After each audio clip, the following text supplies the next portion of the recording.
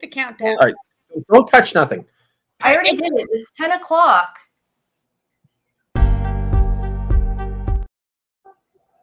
What happened? You hit go live.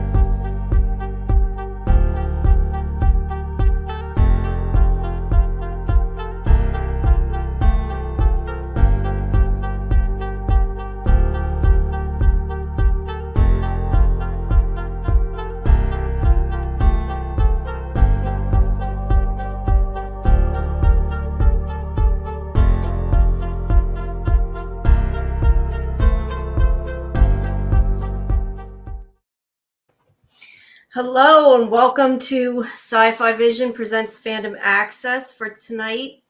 Okay, it's telling me something. Sorry. Tonight we're going to have special guest Ricky Hay, who's going to be talking about From. But he's running a little late, so we're just going to talk for a few minutes, and when he gets here, we'll bring him in. But meanwhile, any of you people, if you have if you have any questions, you can do so. Put them in the comments of the video you're watching now, and we will let him know. Well, I guess we might as well. So we're expecting. Okay, she said she'll call him if he's not here. Okay, so Right, he so should be here. we're expecting our guest to be Well, here. Then we're going to recap the episode of From, and then we're going to also talk about the arc, Agatha All Along, and the season premiere of Daryl Dixon. Right, that's all what's on our slate tonight. the Book of Carol. Book of Carol. So if you're not into From, we're going to front load the episode with From. So all the From people hang around, and then if you're not into From, you want to skip ahead maybe 30 minutes. Yeah, but we will be reviewing the episode after Ricky. Yeah. Ark's there. Hello, Ark. Just bear with us. Well, I guess let's just talk a little bit about the episode, I guess, while we're waiting. And so people know, obviously, the second episode's aired. So if you haven't seen the second episode, you maybe want to wait to watch this until a bit later, until you've seen it. But yeah, well, the second episode is kind of the fallout from Mrs. Liu dying. I mean, that is what I would say the majority of the episode's about, kind of centers around. That and their food shortage seems to be coming to an end. That's kind of in the town part of it, and then the outside of the town part. But there's a lot more to break down on this stuff, I think, that's happening with Tabitha, and we'll go a lot more in depth once we review it when after the interview. Before we start, do you guys have anything else that we want to talk about while we're waiting? Because I hate to kind of get into to breaking down From, but we're going to be really into it. I think we should just get into From in case our guest is unavoidably detained, and we don't until we know what the holdup is there. So For shame, Ark. I thought it was a really good episode. And I think, it's getting a little darker. The town is getting meaner, like, right? The town is being crueler, I feel like. We have had, we talked last week about how the monsters now don't just kill people. They want to taunt and torture people. And the town is playing all these other kinds of like nasty tricks, like playing, at the very end of the episode, playing Celebration, like comes on the music. That was just awful. Right? The level of cruelty, first there was the girl whose name I forget, who was like pinned to the tree, and they just left her there to die because pinned. There was a piece of rebar on her head, right? They left her there. Then they watched Boyd. They made Boyd watch this horrible murder. They the business with Celebration. It's just getting meaner, right? Is it me, or is the town was the town this mean last year? I mean, no, they're definitely trying to break the town and to break Boyd, especially. I was going to say, at the very least, break Boyd. I know I'm not looking at it, but I'm trying to answer about this to get this fixed. That's okay. So you guys can talk. You get things sort of genuine while AJ and I talk. I mean, right, AJ? Stuff is getting. Oh wait, there he is. All right. Yes, Ricky. He's waving. Let's bring him to the stage. I knew that I needed to use Google Chrome, but I thought I had it updated and it was not updated. That's okay. But wait, let's put you over here. Something. There we go. Well, hi. Thanks for joining us. We're live right now. So All right. Sorry, everybody. I'm late. No, you're good. We started to do a quick review while I was emailing your publicist. Oh, awesome. Okay, good. I didn't finish that. I should probably tell her that you're here so she doesn't. Anyway. But anyway, I'm Jamie. Karen and AJ are my co-hosts. And hello. Yeah, get to it. And as we were telling everybody before you got in here, that we can talk about episode 2. I know. I don't know if you want to say anything before we start, but I let everybody know that.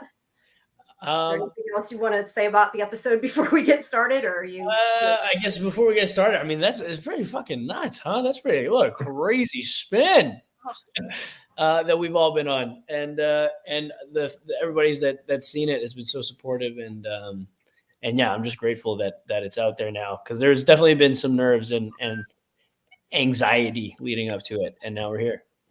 Yeah, definitely. So to start off, why don't you talk about what was it that made you want to do this, or how did you become a part of it, I guess, originally? Well,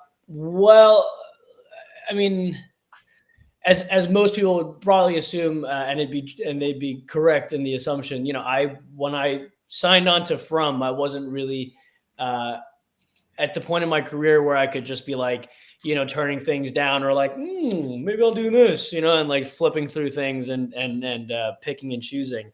And I had just, gotten the no for a couple of like really big projects that would have been very life-changing, for me, for my family, and would have been really pivotal.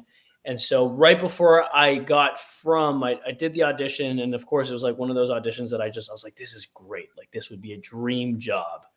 And at that point, I was the closest I'd ever been to quitting this career. And when I had done the callback with Jack Bender and I did the screen test, I was almost already like letting go of the role. I had almost kind of come to terms with like, yeah, this is probably going to be another one of those close calls that doesn't really end up happening. But, thankfully it worked out, and here we are. Yep. And we have some comments in the chat here. We can put, I don't know if you can see them. I don't know if you can. Oh, you can see it? Okay. Well, Dabbed Out Walrus just finished the second episode and loves it, and also said that they cried a lot. And then Tara Smith is saying, welcome. Yeah. All right. You want to go ahead, Karen?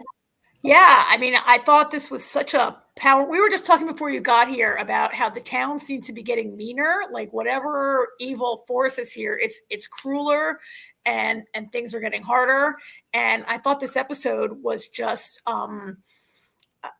this was such an intense episode, and I feel like everyone in the cast, the acting was, the acting is always good, but it was like next level in this episode, what you guys were asked to do. And, I think for all of us who have lost a parent, and especially, I lost my mother about a year ago, and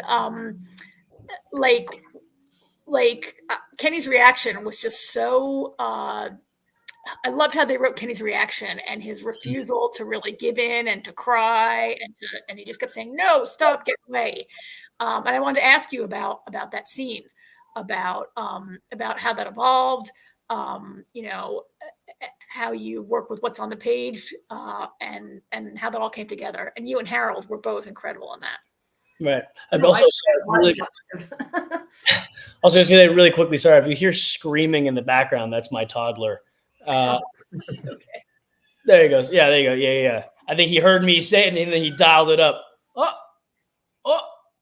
Okay, he's gonna settle down. No. Yeah, it was a lot, and obviously, as everybody's kind of talked about, like, Kenny's already been through a lot, as is, and it doesn't really ever seem to let up. And I think that, without getting into it too much, like the personal life stuff, when we shot season 2, I had brought on with me this idea that, it hasn't been that long timeline wise in the town. like Kenny had essentially just lost his father, and then all these massive changes were happening.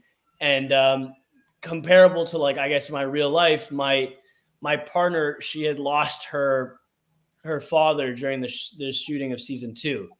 And so I think there was like this thing going into season 3 where it's like, these are just such real and like relatable stakes to me.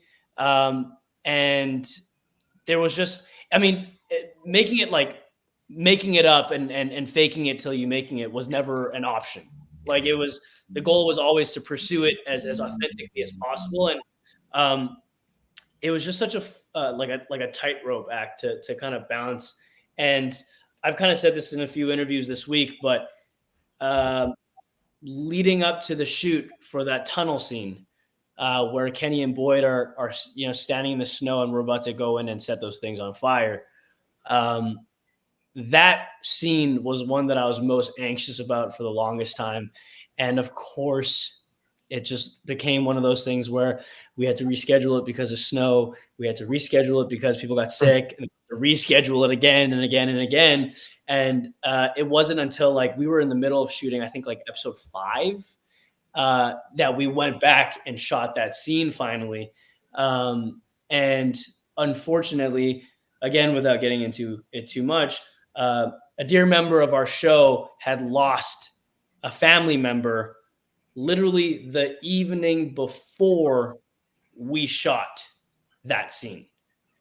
And so it really felt like for a moment there, every single person on set, from the transport team to catering to the camera guys to us, like we were all on a singular mission to make sure that this kind of, because there's this moment, obviously Kenny says, I can't stop thinking about how alone she must have felt, how scared she must have been. And that kind of very weirdly synchronized and echoed with what had happened to this person the night before, where he was kind of asking like, was she alone? How did she go? Was she alone? And so, yeah, it's been a lot of like this for basically this whole show, honestly, since season 1 of From it's been a lot of weird life moments coinciding with the show. And so I think it's what gives it the heart that it has. Sorry, that's such a long ramble. No, it's okay. I just, I'll put the comments up in between. Okay. Sarah says that Kenny as a character is maturing and evolving so quickly, and she enjoys seeing him rise into such a strong character. Tour de force performance. I'm reading it, even though you could read it, I guess, but No, it's good. I'm like visual, but then I can't. yeah. And we will get to all your questions, everybody, but we'll kind of do them in between. Go ahead, AJ. Ricky, first of all, amazing performance in episode 2. The whole cast in that episode, it was a great episode. So obviously we know, we got to see what it was like for Kenny losing his mother, but what is it like for you and kind of the set? You guys lost Elizabeth Moy as a coworker. Yeah, man, it's really tough. It really, really is. Especially because when we first started shooting the show, we were in the peak of, like the pandemic and lockdown and stuff like that. And so a lot of how we worked between cast members was really intimate, right? And this is like Elizabeth's first show ever. And it was like such a dream come true moment for her. And as you guys have met her, and as you guys could imagine, like she's like the sweetest person ever. Zero ego about her, and she was like nervous, but then like excited and eager and like willing to like like ask every question without like pretending like she like knows what she's doing, which made it so much more challenging when it came time to, it's like, oh, that's the person that's going to be getting killed off the show. Like that person, like she truly is like generous, giving, like Kate takes care of everybody. She's like making baked goods every time we have a get together. Like she's mom. And so like, this is like a stupid candid story of, we did a cast dinner early on to shooting, and we were all there. We were out welcoming some like new cast members also, and it was like our first time meeting them. And then Cortion and AJ, they say, "Hey, you should give a speech, bro. You do a toast, And we just give each other a hard time all the time. Like, that's our sense of humor. And I'm like, oh yeah, I'm gonna do a toast. I'm like, Harold's right fucking there. He's sitting right there. Harold, like, who are we kidding? But like, yeah, go give us toast. So I thought I was gonna give like a gag toast, like just say something silly, and then Harold was gonna do a real one. So then I get up and I'm like, all right, guys, all right, blah blah blah, and I say my stupid like nonsense toast. I was like, hey, it's good to, we're all back. Love you guys, great. And it wasn't until the end of dinner, we're outside, we're getting out of there, and everyone's kind of disbanding. And Cordia and AJ are like, yeah, you didn't even say anything about like Liz, man. Like, this is probably going to be the last time we're all sitting together. You didn't give her a proper send-off in your toast. And I was like, and that's when I realized I really screwed up, because I did not. She deserved like a proper, like, we love you, we value you, we're going to miss you so. I didn't give her any of that. Let me ask you though, story-wise, did you know like far in advance that was going to happen, or did you find out like right before, kind of? We always kind of basically find out right before. If anything, like if you were to get killed off on the show, you'd be the first person to know, right? Because our showrunners are nice to like just sit us down. Like if John calls you and it's like, hey, let's grab a coffee, you're like, oh, okay, all right, got it. Like, don't call me to set up a coffee, John, ever. I don't want to have coffee with you. But yeah, typically that's kind of how it would work out. But in this scenario, I forget how, but I think we had all kind of heard whispers leading up to it. I forgot how it circulated, but again, it's one of those things where it's like, that's just something that people are saying. Like, once the scripts come out, you kind of get the confirmation of, oh, that was nonsense, or like, oh my God, it's really happening. But to me, I had always kind of thought there's no way, like, come on, who are we kidding? And then we read the scripts and it was like jaws dropped. Basically how everybody felt when they watched the episode. It was like, I can't believe this is actually happening. Yeah, I was going to say, I have to echo, these episodes were really, really powerful. I know I cried a lot during both the first two. And the thing is, I had known, and I couldn't tell them. But I'm like, I want to talk to somebody. I have nobody to talk to. Yeah. Sometimes a character is killed and it is in service to another character's development. But, I feel like losing her affects so many characters. Like, it's Kenny, it's Boyd, it's little Ian, it's Victor. It's like she I mean, obviously it's mostly Kenny, and we're here to talk about where Kenny's going to go from here. But really, Kenny is not the only he has a lot of people who are grieving along with him, whether he wants to, it's not the same, and he doesn't really accept it, but he has a lot of support around him. It'll be interesting to see if he's able to, if that helps him at all, or if he's able to make use of it, or if he wasn't really very accepting of it in this episode. He's shocked and guilty, I guess, right? Feeling a lot of guilt, maybe. Yeah, I mean, because that's you hit the nail on the head, where it's the gut instinct right afterwards was right after reading it is like, that is so heartbreaking and that is so terrible. But like from a story standpoint, right? It's probably one of the most like potent deaths that they could have mustered up, because not only does she have a relationship with everybody in town, she's a massive fan favorite, and I think it really drives the story in a way that, like, we are in more desperate times than ever, and it really raises the stakes. Because, yeah, like you said, Kenny, obviously, Boyd, she's the only one that has a real relationship with like a real meaningful relationship with Jade, that like Jade is like, like reveres this woman a bit, the whole Matthews family. everyone in town is affected by the loss of Tian-Chen. Kenny also kind of lost the girl he loved at the end of last season. He, I mean,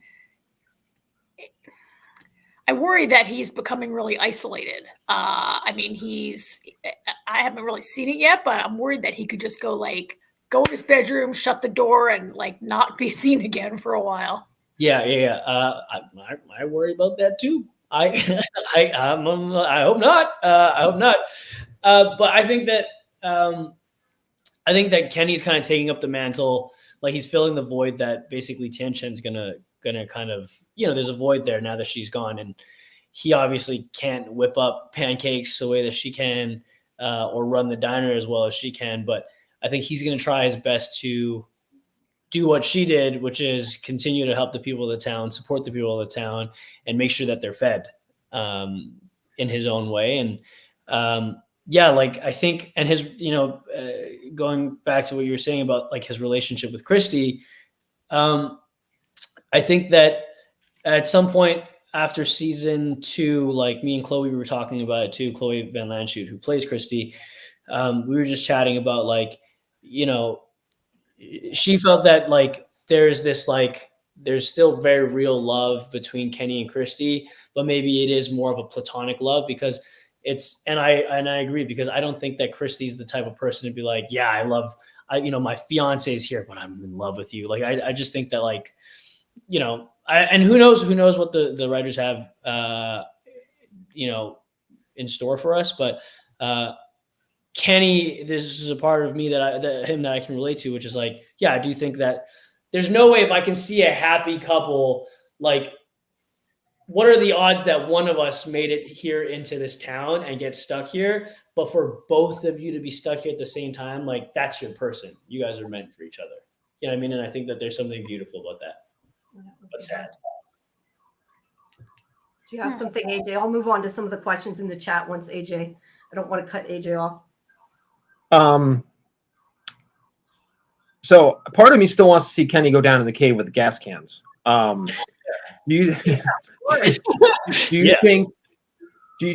I mean, you actually know, but can we expect to see Kenny be a little reckless, or do you think he's going to kind of rein that in because anytime he goes to do something stupid, he's going to think my mother would not like this and kind of go the other direction? I certainly think he's capable of being stupid. I think he's a friggin' idiot. No, I think he's that's a very good point, right? Because like to him right now, it's like, okay, what would my mom want me to do? Because she's already dead, and what would she want me to do? But at the same time, like he's a little bit untethered now. There's nothing kind of holding him back. He doesn't have to be worried about his survival for anybody else other than himself. But the short answer to whether or not he's going to go back in the tunnels is someone will at some point this year. Someone will at some point this year. Will there be fire? I cannot guarantee it, but someone will be in those tunnels. I see Dab Doubt says they second the vote for gas cans. When I read that, Tara Smith said so too. Yeah, we all think so. We're all for the gas cans. Yeah. Okay, yeah. Let's take a couple questions here from the chat. Sarah wants to know if you go on the forums and boards and read any of the fan theories. Almost an unhealthy amount, probably. I actually every season. Well, season 1, forgot what the circumstances were, but season 1 I did like a AMA, like an Ask Me Anything on Reddit, and so if you guys have any questions that I might not have already answered, it just might already be there. So I did one of those for season 1. Season 2, while we were shooting season 2, we were stuck indoors because there was like a hurricane. So I did a second one. And so this year I did a third one just because at this point it feels like it's like tradition. But yes, I am frequently on the Reddit boards. And I don't have Facebook, but like lately I've been sneaking on my sister's Facebook just to see what are the new theories. I just love I love shows and like movies that have a lot of like fan involvement, like Easter egg videos, recap videos, breakdowns and stuff like that. And so it's cool to be a fan doing this on a show that I work on. It's kind of a dream. Speaking of that, I think we might have a web maze, it sounds like, from what people are saying now after that little, I don't remember the name of the company, but the moving company that was on the screen during the article. There's some kind of, so if anybody hasn't checked out, I'm sure everybody's on the board already sees all the theories. So yeah, Rondé Moves, I think is what it's called. Yeah, something like that. Okay, let's see. Daryl says, what's it like working with Harold? I was gonna say, I don't think he can spoil anything, but maybe you could talk about working with Harold.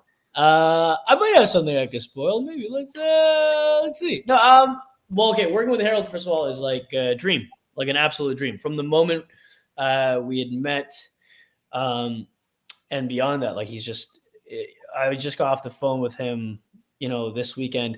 Again, like I said, I've been very nervous for these episodes to come out, and while we were finishing season 3, we were out one night and like we were both probably a little drunk already, and like he was just like, "Hey, I want you to know this, man."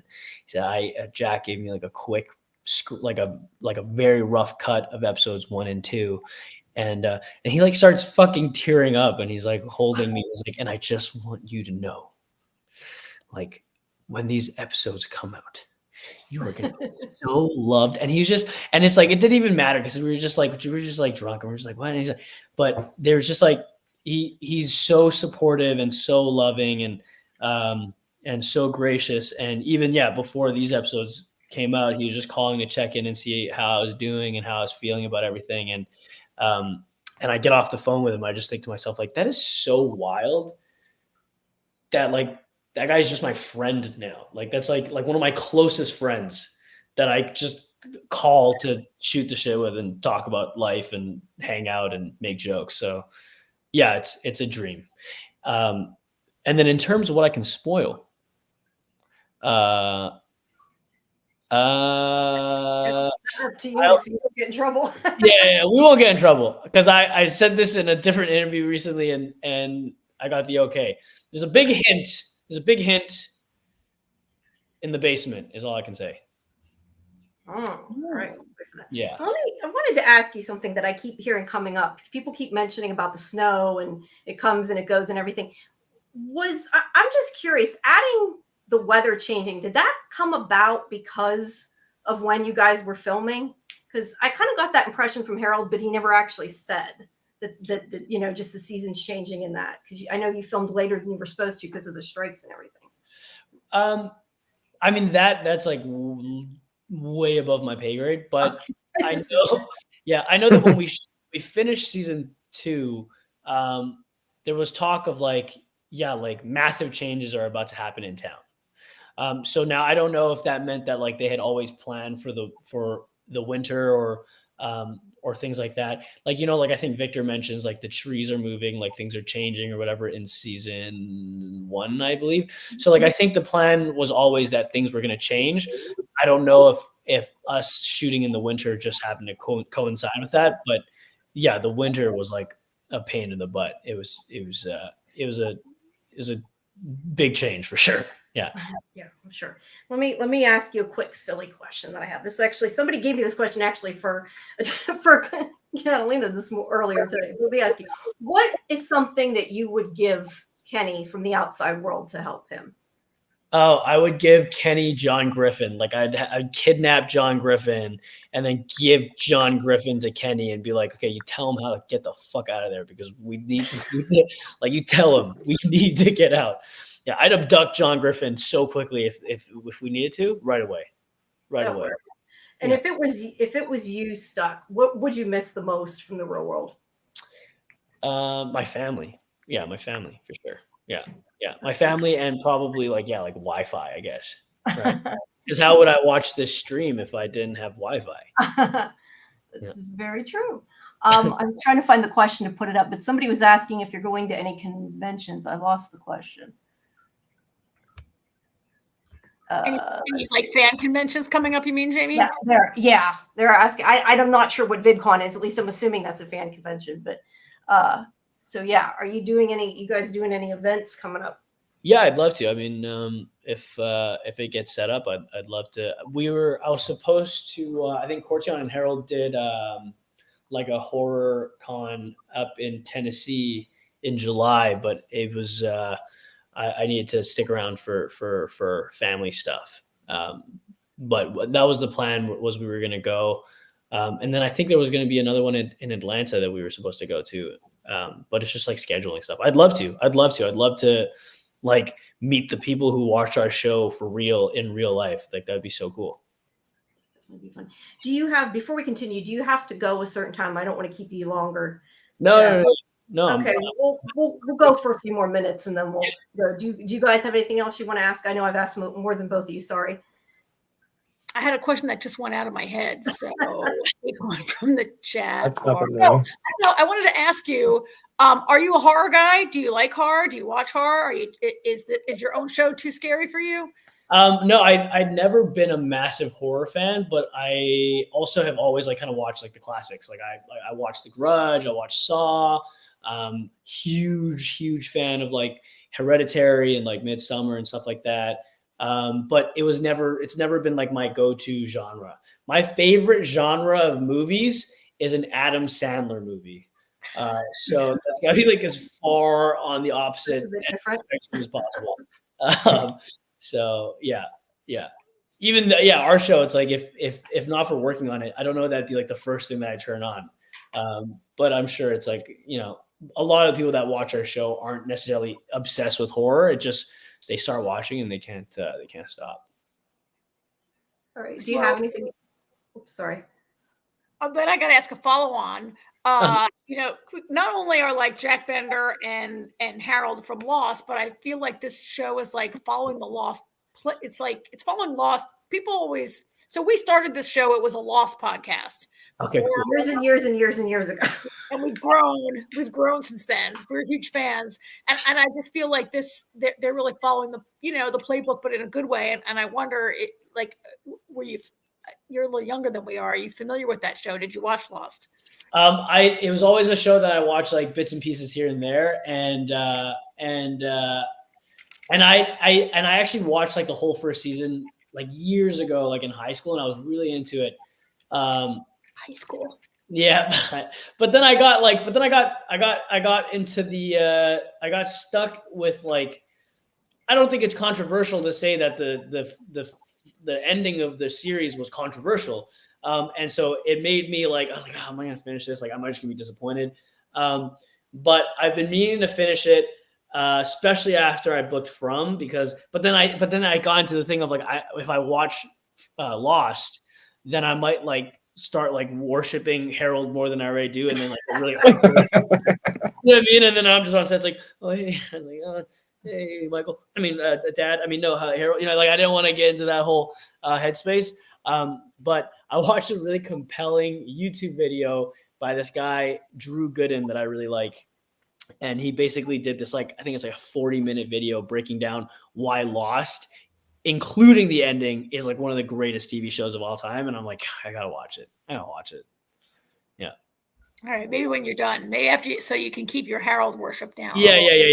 I'll give you a small spoiler. You might not worship everything he does on that show. That's what I heard. That's a fair statement. That's what I've heard. In my opinion, From is the closest thing. Everybody, all these shows came out. Oh, this is the next Lost. This is the next Lost. This is the next Lost. From did not do that. I started watching From and I said, this is the next Lost. From is the closest thing I've seen to being like Lost. So in 20 years, they're going to be doing documentaries about you guys. That'd be crazy. And Harold can say he was on both. Yeah, that's really crazy. Yeah, that's so cool. Oh, we got questions piling up in the chat, huh? Yeah, I know. Yeah, let's hit some of these. And then let's see. Dabbed Out says, is anyone going to make a map of the woods? Because they went and they found the cabins. Yeah. Those are, I think, the questions, at least I see a lot. Things like, are they going to make a map? Why don't they talk to each other? Yeah. Well, actually, why don't they talk to each other is a good point, because I, again, as a fan, always kind of felt like that. But as someone that works on the show, my assumption is always that, like, yeah, but like they're having conversations. Like they are talking about it, but it's like I think the writers of our show we trust the intelligence of the audience and enough that it's like, obviously we don't need to have the thing happen and then have people talk, because then it's just like exposition. And I think that it's like, the perfect example of that is like at the tunnel when Kenny says, Tabitha said that they were, all the monsters were like everywhere down there in the tunnels. And Harold's like, well, Jade said that, there wasn't a single one when he went down and checked. So it's like these conversations are happening, and there's actually gonna be more examples of that down the line, but the conversations are happening. We just didn't want to like beat you across the head of, it's like, remember that thing? It happened. Remember, see, look at them talking about it, so. Sometimes there's too much exposition. Yeah. That's what people like us complain. There's too much. Yeah. So, but yeah, there's definitely the conversations are happening. Yeah. All right. Let's see. I don't know if you have an answer to this, but they want to know, I guess, which subreddit you go on. There's a lot. I definitely check. Yeah, I definitely check all three of them because again, I'm ashamed and also unashamed to say that I'm on those too much. But yeah, I like the From TV epics. I like the From series. I like all of them. Yeah. All right. Let's see. We got a different person. Jenna says, "What's been your favorite moment of filming?" My favorite moment of filming. That's it. There's a lot. But I'll say like in terms of like actually filming like on set, probably my first day. Like I said, when we did season 1 of From, we were like neck deep in COVID protocols and like, safety procedures and stuff like that. So when we flew into Nova Scotia where we shoot, we actually had to do like a 2-week quarantine before we could start working for real. So we had the scripts, I'm waiting for the schedules, and I'm just like in this tiny apartment, like trying to like prepare for this thing that I'm like, oh my God, did I bite off way more than I could chew? And my first day of work, of course, and the first day I'm going to meet Harold and Jack Bender and John Griffin is like me covered in blood, chopping down the tree, delivering like a page-long monologue to Harold. And so now I'm like, oh God, can I do this? Can I do this? And I show up to the first day of work, obviously super nervous, but it just felt like, okay, I deserve to be here. I'm worthy of this. And the nerves settled. Harold was super kind. Jack was super nice. John was super sweet. And then I went home and I had a burger, and it was the perfect day. No, it was the perfect day. Awesome. We'll take a couple more, and then we'll let you go, so we're not keeping you all night.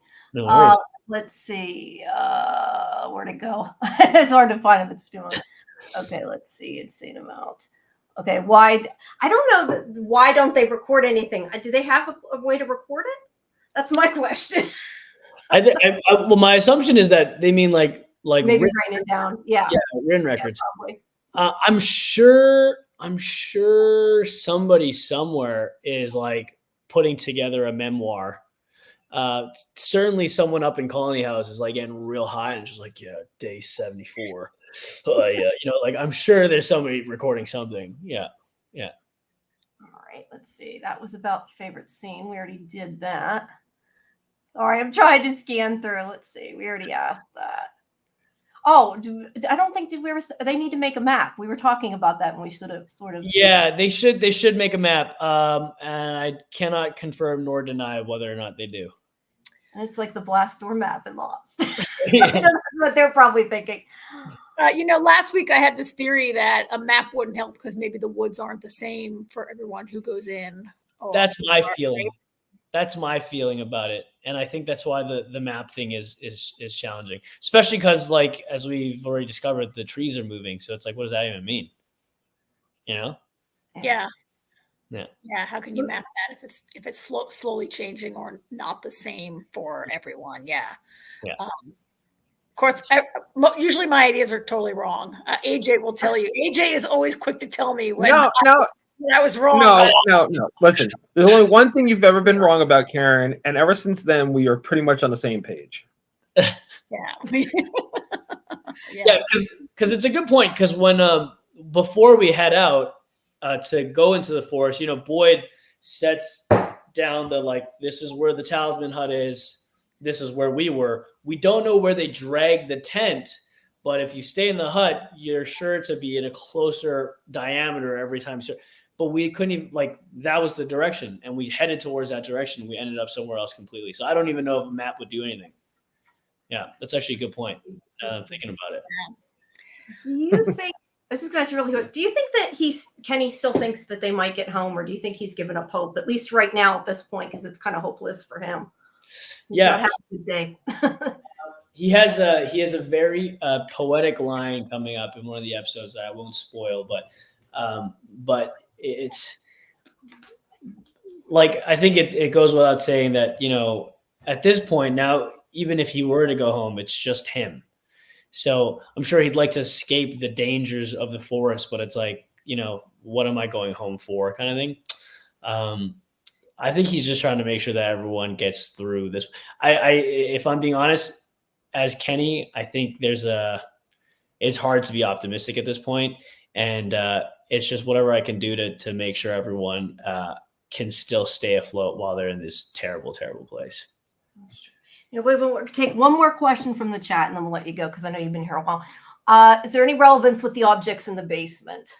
There are as many as in the caves.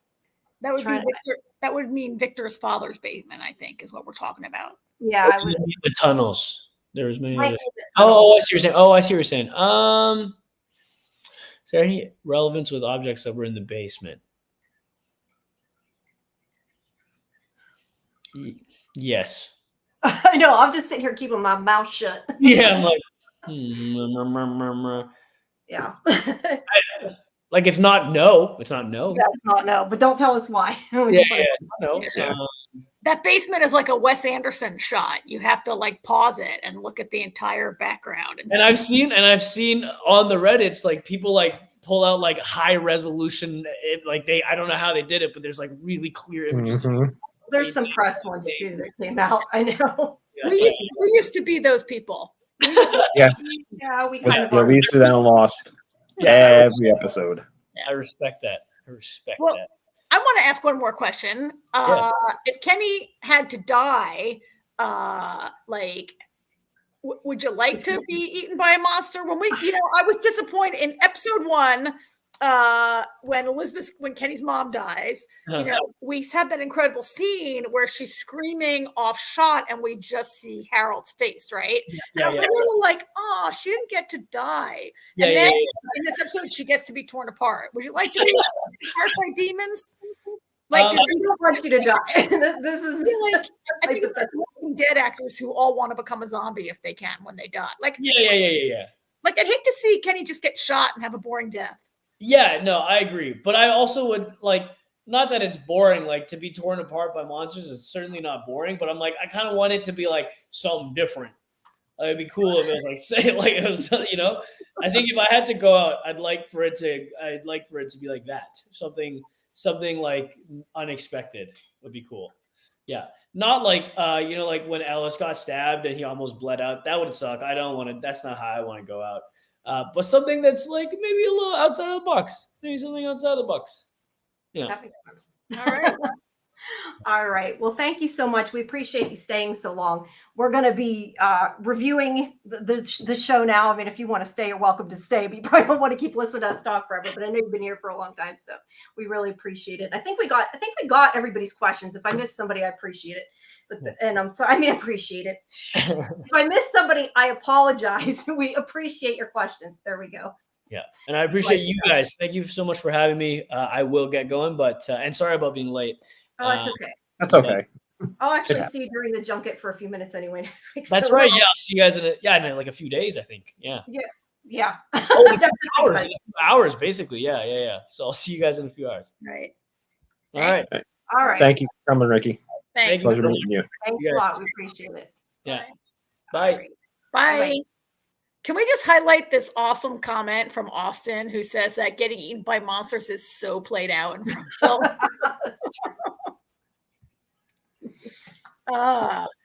So So, all right, we've been at this a long time and we still got to talk about the episode. That was awesome, but now we got business to take care of, right? Yeah. Right.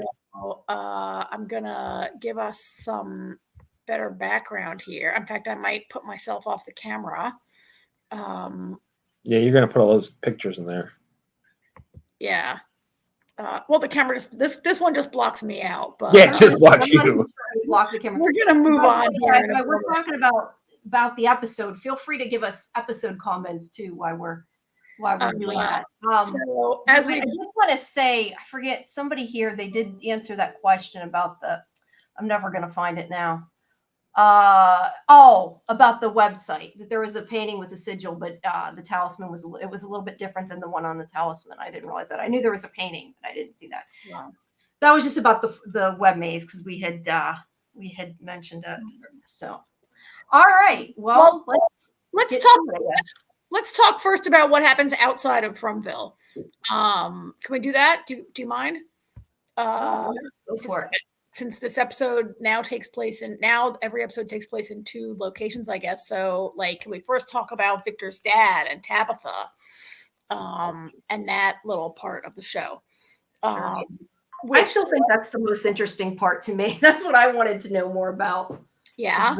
The outside, the I always want to say island. I am going to continue to go to say island every time I talk about it. Outside of the town. Yeah. She has this long talk. Victor's dad like calls the cops on Tabitha, but she says something that makes him change his mind, and I forget what it is. It's when she says About saving the children. Saving the children, right? And then he invites her to like have a TV dinner and hang out. This business about how he and his wife, Victor's mother, decided to drop acid for old time's sake. And after the trip was over, she continued to have hallucinations of and feel like she was being called to save these children, right?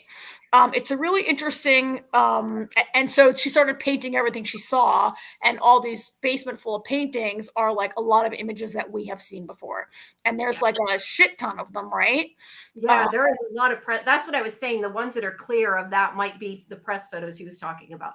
There's quite a lot of close-ups of some of the paintings. Well, some of them are, so this one, so you can't, so these are the press photos that we were given, right? And so not every shot from the show is in there. We had the 2 creepy children, those creepy, weird, dead kids. We have the Civil War. In this episode, Tab is about to reach down for that green painting of the Civil War soldier. And in this one, you can see the boy in white surrounded by the trees and some other things. Yeah, there's also the picture of the man in a yellow suit. I want to know what that's about, because I always thought the picture of the guy in a yellow shirt was supposed to be Boyd, and that is clearly not Boyd.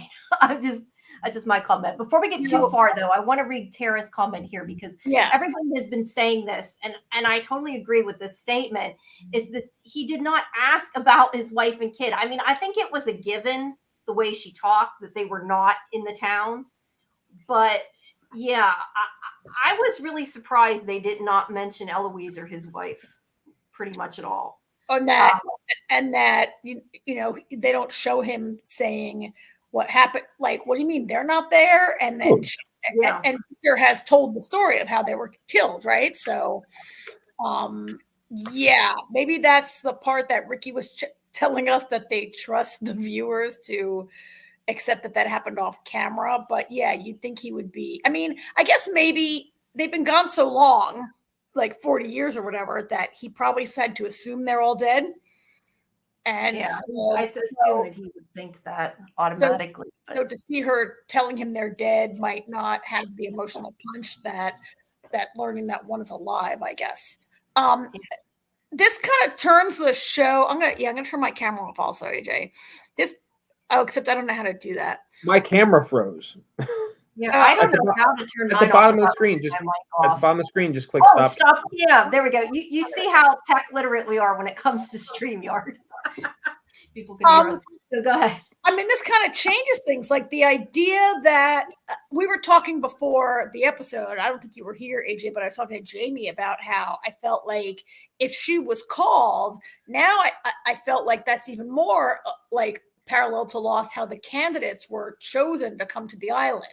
Were some of these people chosen to come to the town?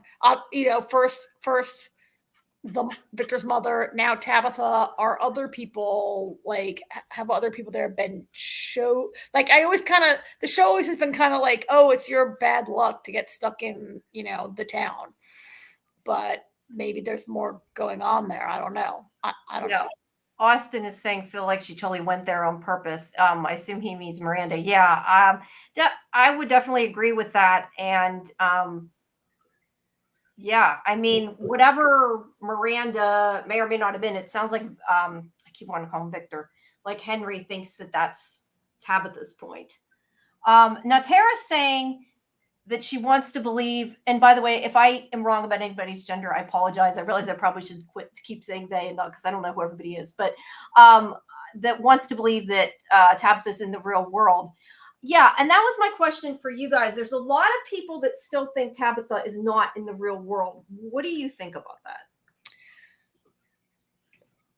I mean, I think the second half of Tara's comment kind of answers that. Like, the boy in white was there waving at her across the street. So how can that be the real world if she's seeing this hallucination? And yet now we've learned that, is her name Miranda, Victor's mother? Yeah. That she was maybe seeing hallucinations. And she was definitely in the real world, except maybe if Tabitha's not in the real world, then none of it's real. So it wasn't the real world, right? It's kind of this circular thing going on, right? Yeah. If you don't, I kind of took it at face value, but I guess not everybody did. So that's the answer to that. I know. What do you think, AJ? Do you think she's in the real world, or you think it's a trick of the mind or of the tunnels or whatever? I don't know. It's all I know is I saw this scene, and I mean this shot specifically, and all I could think about was Lost. I mean, this is like the hatch. Yeah. When we see the painting for the first time. Yeah. I have that. I bought that painting. So I bought that signed by David Lindelof in an Did you? auction. Yeah. Yeah. But yeah, I mean, I don't know. It's either I don't know. Either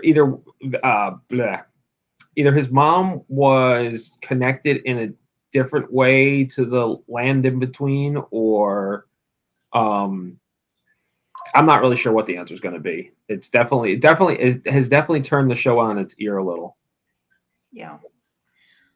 All right. And so it was described as, so let me just, one thing, Henry told Tabitha that Miranda described it as a place it's just out of reach, but if you look for it, you could never find it, which I felt like foreshadows what we know is going to happen, that Tabitha's going to want to go back and can't maybe find her way back, right?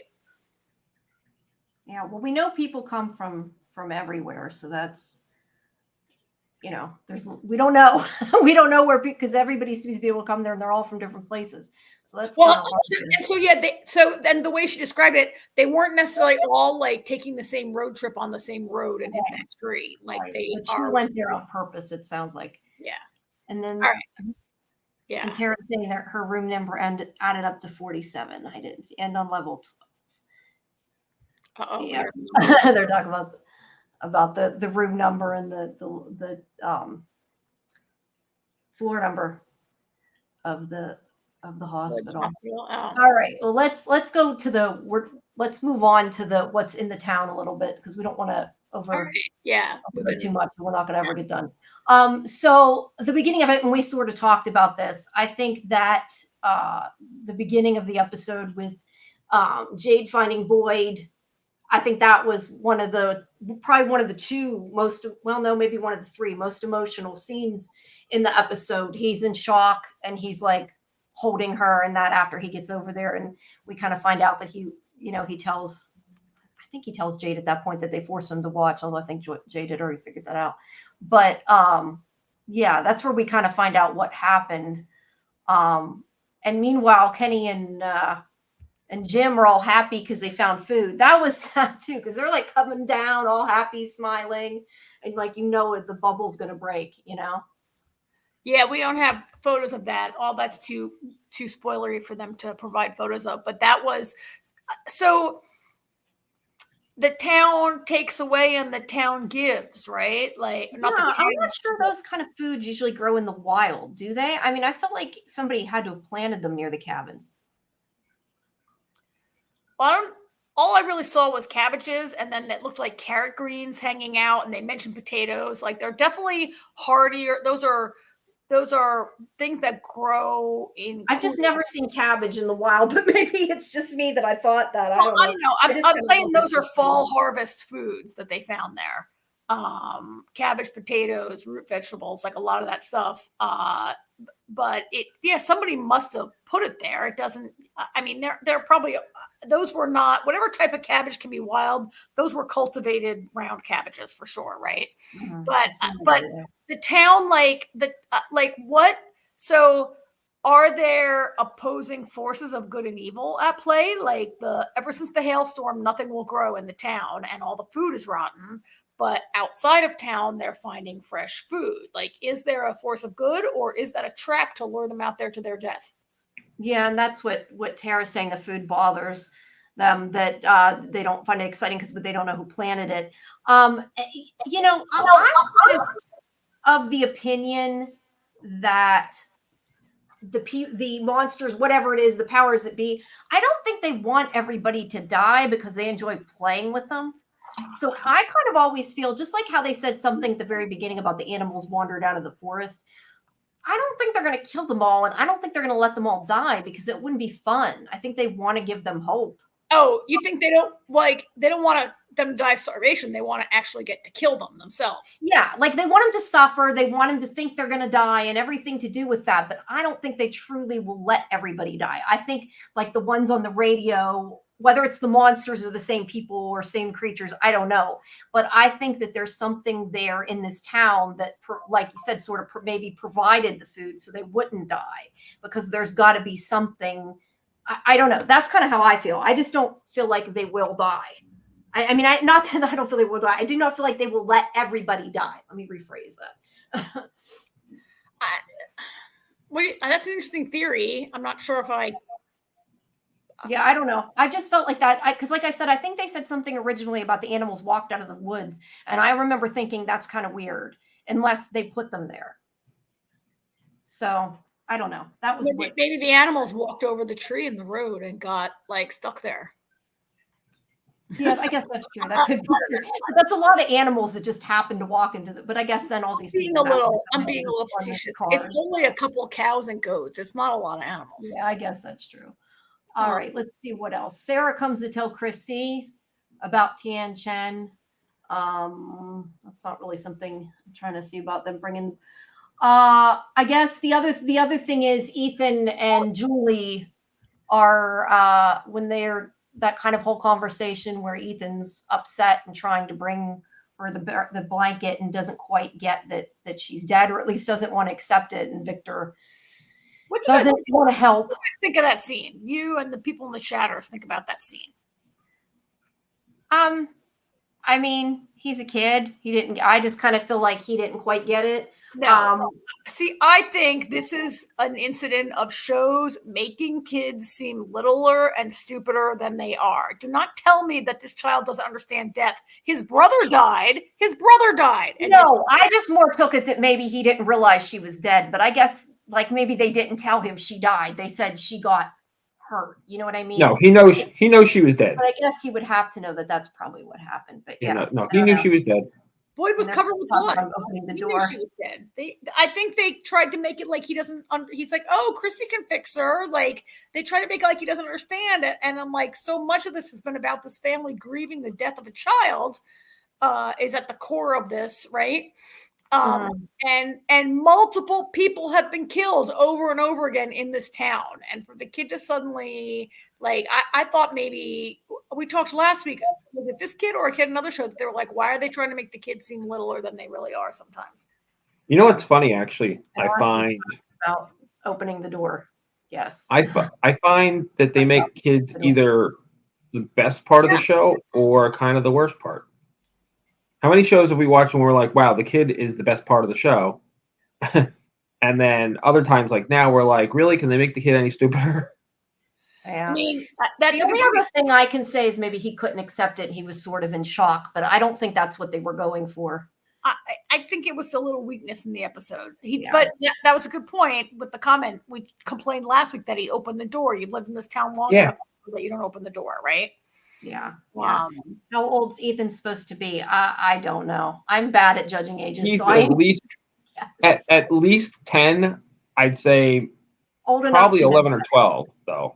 We talked about this last week also about how old we think he is. I was like, AJ, you got a kid? How old do you think he is? At the very least 10. Yeah. At least. Okay. I put this picture in her partly because I really liked, we had that scene where Julie's like, oh my God, Dad, can you please get your shit together? Like, Mom left, you ran off. She's like, I can't be Ian's mother. I already did it once. I need you. And then I loved this scene where she like doesn't walk with them. And she's like, I gotta go. I'll come back later. I gotta go check on them. Like, she's like, I'm going to feed the animals. Bye. Like this kind of separation that she's feeling, this alienation she's feeling from, which has been, from the beginning. I know she's like the very first episode, she wanted to live in Colony House, but not with her family. Right now, we're starting to get a hint of like kind of where that's all coming from. Yeah, I think Colony House is. People are kind of moving all around. It seems like right now. No, but the very first thing that happened was she wanted to go. No, I mean she originally did. Yeah, now she's living with them. She probably wants to go. She's really alienated from Jim. Yeah, definitely. Now the other thing I wanted to talk about really quick is Donna. Her reaction to Boyd, when she screams at Boyd, like that was sad, but like she wasn't wrong. Like I get why she was upset. I also get why he felt like, hey, I did the best I could. But at the same time, she's kind of like, why the hell did you do this? Let the animals go. And like I said, she was not wrong. It was kind of stupid that they fell into this trap and that all of them went out. That's kind of what I think made it even worse is not just one person went out after the animals. They all did. So, yeah. Well, they weren't, that wasn't coordinated. They were not all together and people were running out of different houses. Right. I mean, I think Boyd was kind of right. Boyd's like, what do you want me to do? Just watch them get killed? Like, yeah, it's a trap, but I still have to go for it. I think Donna was just losing her shit. I think I guess I'm saying I can see her point of view, but yeah, I get why he would get upset too. So let's see what else. Fatima. We didn't mention her. She's losing her tooth because she's not eating. Or at least that's what Christy says. She says it's just, or not Christy, Marielle says that it's because she's not eating, and she kind of explains it away. What do we think? What do you guys think? I should say. So, what do you think, AJ? I know. When I saw that, I was like, not another horror movie with people's teeth falling out, because that's a lot. I didn't really react to her tooth falling out. It wasn't until later when she was eating the rotten food that I was like, she's carrying a demon child. Yeah. Either way, I don't think it's normal. No. Marielle's kind of explaining it away. Yes, you can lose your teeth due to like scurvy, right? but she says she hasn't eaten 3 or 4 days. And she's not showing, right? Her stomach is still pretty flat. Yeah, so, I don't think it would fall out after not eating them for only 4 days. Let me finish. I think that she could not possibly be malnourished enough at this point for her teeth to be falling out. I think that might be like an end stage. I don't know. I'm not a nutritionist, but I think that might be more of a late stage malnutrition or scurvy thing. If anyone is a doctor in the chat, please comment on that. But she's not even showing. She's only been pregnant for a short amount. I mean, there are people who don't show till late in their pregnancy, but she's not very pregnant, right? No, I don't think it's been quite that long. Well, she doesn't want to eat the food. Yeah, she's definitely not. not wanting to eat it, but it's the only thing I guess she can keep down. So for now, she's Well, she was eating the rotten food. Like she was that's what I mean. attracted She's to the going after rotten the rotten food, food. right? I Yeah. think he's right. That was And the it first smelled time. good, and I think it smelled good to her. Yeah, I got that I opinion. mean, obviously it tasted good to her, but yeah. No, It's there's like one thing I have to sniffing. comment about here. I have to ask you guys because this is one of the comment I think I've seen the most lately on these groups. And I don't know. I never thought of it. I think people were reaching, but I'm curious what you think. When Fatima turned to the door before she got the food, she tried to open the door apparently, and it didn't open. And then she turned to talk to, I don't know if that's when she turned to talk to Nikki or that's when she turned to get the food, but whatever. She stopped, she turned, and then she went and she got the food. People are saying that they think she couldn't actually open the door because she's maybe changing. Do you think, I feel like that's a little reaching, and that I thought she just turned because she smelled the food or because Nikki said something like, I didn't take it that way. But a lot of people think that, which is fine. I'm just was curious if either of you thought that. No, I didn't see it or notice it, but now that you say it, I'm not on board with that. I'm just going to be watching to see if she opens her own doors now that I can see just in case. I don't think she's. No, I'm just saying because then we'll know for sure. Because I know that people are like looking for that, and I know I didn't notice it until I started reading about it. Let's see. Austin says they don't believe the monsters come from turned people. Yeah, I don't know that they necessarily do either. I'm just, I've seen this theory floating around a lot this week. So, I agree with Austin because so many people have died who don't come back, and also even people we don't recognize. No one's like, I've been here for 40 years, and that's Joe Blow who died the first day, right, or whatever. Yeah, Victor would have recognized somebody, I would think, at this point. Yeah. Tara's saying could be turning into something else. I don't know. I guess we'll find out. Yeah, or could be what's in her. We don't know. I believe she's pregnant with Ellis's child. There's no question that to me that he's the father, unless you believe it's some sort of immaculate conception of a demon kind of thing. Yeah, but she conceived in the town, so who knows if it's normal. Well, and this is another Lost alike thing where she was told she couldn't have a child, and then she got pregnant, right? Which was like very Lost Island-y. I mean, I guess there's the possibility that it's an illusion, that like if so much of what happens here is an illusion, could the positive test be an illusion, right? I don't know. All right, what else do we got? With them fixing Tien Chen for Kenny to see. So that was Jade and Christy. An old picture. There's not a picture of it. That was really kind of beautiful. Yes, it was. It was really nice that they did that for him. Yeah, and I like that Jade is actually not being an asshole right now. I mean, like I've said before, I like that he's a smart ass, but he's being a human being, and I appreciate that. And I like that he's, kind of helping people right now. I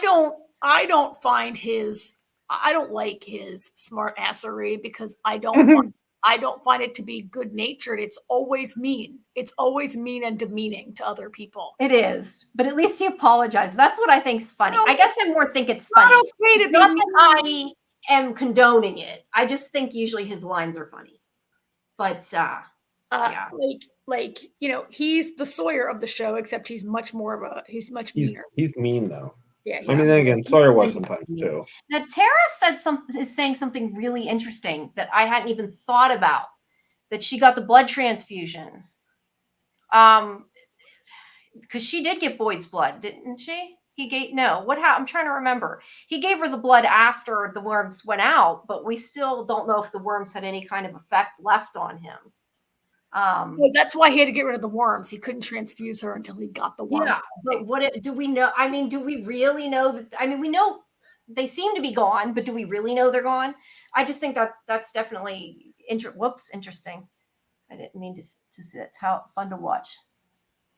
I mean, that's a good point. How it keeps changing. Yeah. That is a good point. Like she was not diagnosed. Is pregnancy a diagnosis? She wasn't confirmed to be pregnant until after that situation happened. Yeah. And so could there, just because you don't have visible like worms under your skin doesn't mean like your blood. I mean, I know they had no choice but to take his blood, but that's a good point. Yeah. Now Tara's saying about Jade that he is socially isolated. And yeah, that's true. I don't know if that's an excuse. I mean, that's why I said I'm not saying I condone his behavior. I just, as a TV show, I find his behavior funny, but it doesn't mean what he's doing is good. But yeah, he isn't somebody who was really, I think, around a lot of people, and he's rich, so he's, whether that's a stereotype or not. You know what? I mean, I think that's an unfair way of painting people who are introverted or spend time alone or work on computers. They're not all total dickheads that are jerks. No, but I think they just mean kind of that maybe that's why he's arrogant. He's surely arrogant, and he's he's definitely arrogant. He thinks he's better than everyone. He thinks he is smart, but like he's really a jerk. He's not as much of a jerk, but he doesn't seem as bad now that Randall came to town. Yeah, that's a good point. Randall has surpassed him in ass hattery, right? Yeah. Right. I'm waiting. So I'm waiting for the other shoe to drop with Marielle. Like, I just don't feel like she's, in this episode, Ellis, are you okay? And she's like, what, the detox or the being mind raped? But yeah, I kind of, though, to be fair, neither of them are doctors. They all act like Christy knows all. Christy isn't a doctor either. No, she's an EMT with like 2 years of medical school. She's so. But I get that they're afraid to kind of trust her. I didn't think at all that Ellis was worried that she was inexperienced. Ellis was worried that she's a drug addict. Yeah. I'm just saying that Christy isn't a doctor either. I just was making that comment. I didn't mean that. I'm not worried about Marielle being a drug addict, although I think that her being so fragile could result in some bad decisions going forward that she might not live too long. But I also feel like maybe she could be susceptible to, I don't know. I don't want to say turning evil because that's not what happens on this show, but I feel like there's more to be seen with Marielle. More for those 3 people that were in the coma, not so much because of the drugs. Because Austin, she's feels for her because she was distrusted. Yeah, I mean, it's over. As long as she's clean, I don't think it matters, and it shouldn't matter. But they don't know. I mean, they don't know exactly what happened because they didn't tell them. And I can see that. I can understand the hesitation, but at the same time, they need to be able to trust her. So, well, no, I mean, I mean, they need to be able to. They just had to make do with what they had, which was her. They also don't know her. Like, they've lived with her. Yeah, they know Christy. And like, is she going to like a person that you don't know or trust is going to examine you? Like, I get that also. Like, if your doctor's not available, would you rather to come back for another appointment when your doctor's available? Yes. You don't want their partner necessarily, or your person. Yeah, definitely. I mean, that's a good comment. Nobody was wrong. Everybody was kind of right, but it was very awkward and kind of sad. But I just am waiting for something else to happen with her. I feel like she's the next one to like go crazy as Sarah becomes more and more reaccepted by the group. I feel like, and who's the next person who's gonna like kill someone they love? All I know is I always say that a lot of times in shows when they have two medical people, 2 doctors, that they get rid of one because they only need 1 doctor on the show. It always makes me worry, like, are they both going to stay? Or is it now that we have Marielle, we don't need Christy? Or is she just like showed up for right now and then she won't? I don't know. But look, being a couple on this show is not. Boyd had to kill his wife, right? Sarah killed her brother. Like, they'd be smart to break up. Yeah, that's true. And Tara's saying about the ones in the coma that now Julie is potentially hearing voices. Yeah, I think that there's definitely still something going on with those 3. I mean, I don't think it's over either. I don't know. We'll have to wait and see.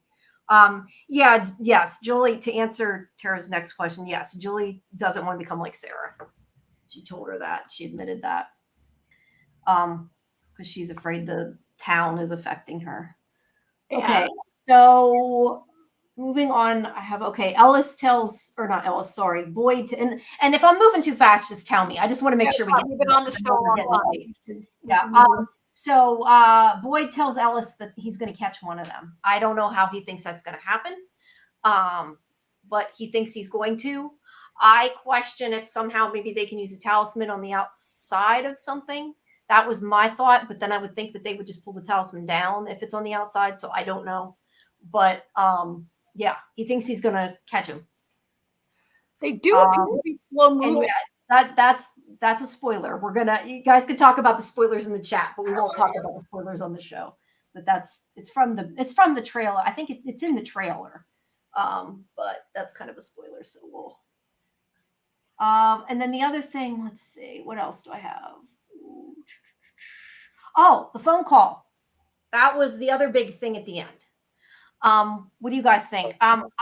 My thing is that Thomas is too little to be talking like that. To be like, I mean, it sounds like an older person. Oh, yeah. Not older person, but Not I mean, Thomas, it doesn't. I know that. Thomas, I don't think it's Thomas, but I think Thomas would have been a baby still. I would think, like, even if he didn't die, I would still think he was a baby, because it sounded like, to me, I got the opinion this only happened like a year or two ago, but they've never outright said. But yeah, I think it's just somebody screwing with him. Well, obviously the town's screwing with him. Yeah, just like the radio. I agree. I mean, it's obviously, first of all, the phones don't work, right? Right. It's Matt, and Thomas was absolutely a baby. He rolled off his changing table. That's how he died. Mm-hmm. But I mean, even like if he had, I don't know, been brought back to life or something, I would think he would still be a baby, is my point. Like, he still couldn't have called on a phone. Well, it's not. He didn't call on the phone. He didn't, and I know he didn't. I'm just saying, like, even if he was alive, he still would have been too young, I thought, for that. Just, reaching all the angles there. Like if he was secretly aging in the town, you mean? Yeah, like if, I don't know, if somehow he wasn't dead. I just meant that he would still be. My understanding is this did not happen that long ago, because Julie says something about, I was 15, and I thought Julie was supposed to be like 16 or 17, but they've never outright said. It doesn't matter, because you're right, he's dead. We know it's not him. I was just saying whether he's dead or not, even if he wasn't dead, he wasn't old enough to make a phone call. So I'm not sure why he would believe that. I think he would just get freaked out by it. Well, so he won't believe it, right? He'll know that the town is messing with him. Yeah, I would assume so. But Jim is like we're learning how much more. I mean, we knew this was a family that suffered from the death of this child, but like Julia unloaded like kind of a lot of information on us about like her parents just losing their shit and being absent for some period of time, right? And not parenting their living children, which I'm not criticizing them for that. I can't imagine what it must be like to lose a child, but like Jim is a guy that can be pushed into making rash. Jim is very reactionary, right? And he doesn't think, he just reacts every time. Mm-hmm. So I don't know if it'll push him or not. I don't know. Or maybe it's just to make him constantly remember that he lost this child, and you'll never get to hear your teenage son speak to you because he's dead. I don't know. Sorry, I was just laughing at the ambulance in the back, in your background. That's always there for people who don't know. Karen lives near a hospital, so it's always there. But we'll see what happens with that. Yeah. Is there anything else? I'm not sure if there's anything we missed. I mean, there was this stuff with Kenny's reaction. We sort of talked about this when Ricky was here. That's why I didn't really go into it. But his discussion with Boyd, I think that Boyd, when he finally told him, I was glad he told him.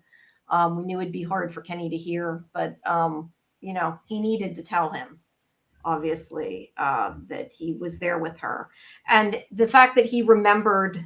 Purposely made sure he remembered what she said in Cantonese. That was really sweet scene when like that whole thing. And, he finally got Kenny to kind of be willing to leave. But I kind of agree with what we said before. I'd like to see him. I'd still like to see them go back and blow it all up. It would be nice. Yeah. All right. Well, we still have a lot on our plate for tonight, so I think we have. Yeah, I was going to say that. Well, let's really quick. I was just going to say we have one more comment. Let's put the comment. Tara just said, I assume she means Henry. He was in. Yeah, I don't know.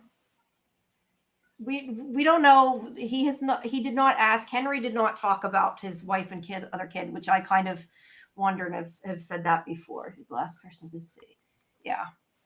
But we'll probably find out more about Henry as time goes on. So, all right. Well, I guess that's about it for our From discussion. Thank you, all of you who came. We really appreciate it. We're going to try to get some more guests for you.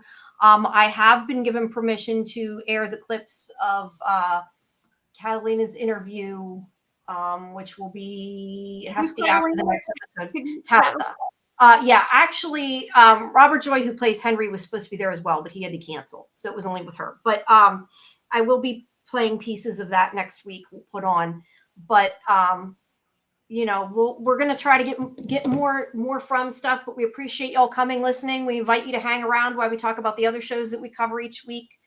But thank you, everybody, for coming. So I know y'all joined after I posted everywhere again.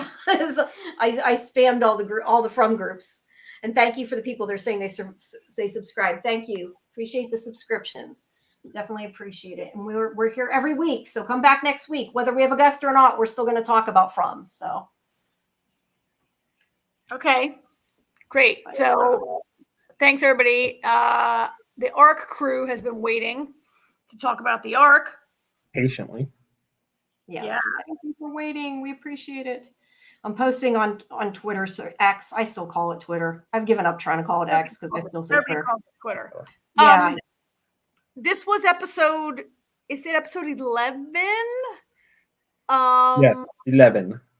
11. Yeah. Please go to 11. And so this is an episode about someone is blackmailing Felix and others to sabotage the ship, really to kill Trust. Through the whole episode, I wasn't really sure what the end game was, and the end game was to kill Trust, which makes me think that maybe Dr. Maddox is behind it. Who wants to kill Trust more than her, right? That's a good point. Yeah. I have a feeling there's a list. You're not wrong. There probably is. You know what? Actually, one thing about the episode that annoyed me was that it took them so long to realize that Trust was the original target. Yeah. That bothered me, that they were like, oh, who would try to kill Alicia? I'm like, she was covering for Trust, people. Yeah. Yeah, she was at that. I didn't save that photograph, but she was at that she was at that that console when the console blows out and she gets burnt by radiation or whatever, her and this other girl, right?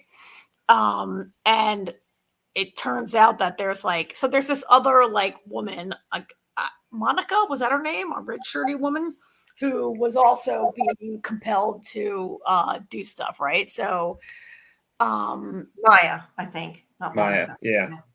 Yeah, Maya. Yeah, I mean, there's a lot of we have I don't know, Papa Socks is new with us, but Papa was really surprised that they even got Felix to feed into the threats since he's a company man. I mean, yeah, it was using his daughter who, so do we believe that's really his daughter? Maybe. Felix believes it, right? I will say I like how he was trying to get Garnett to realize that he's finally using Morse code or whatever. I thought that was pretty smart. AJ, you know Morse code, right? Did you notice that it was Morse code? I mean, I figured. I assume. Oh yeah, right away. I was gonna say I assume it was. I don't know. I immediately. But I didn't always giving code. Felix is so smart. I didn't count to see if I could see SOS, but yeah, he's trying to give the clue that he's being. I mean, so they had cameras everywhere and they had microphones everywhere, right? Mm-hmm. It was like being in a casino where they can apparently the Arc. It's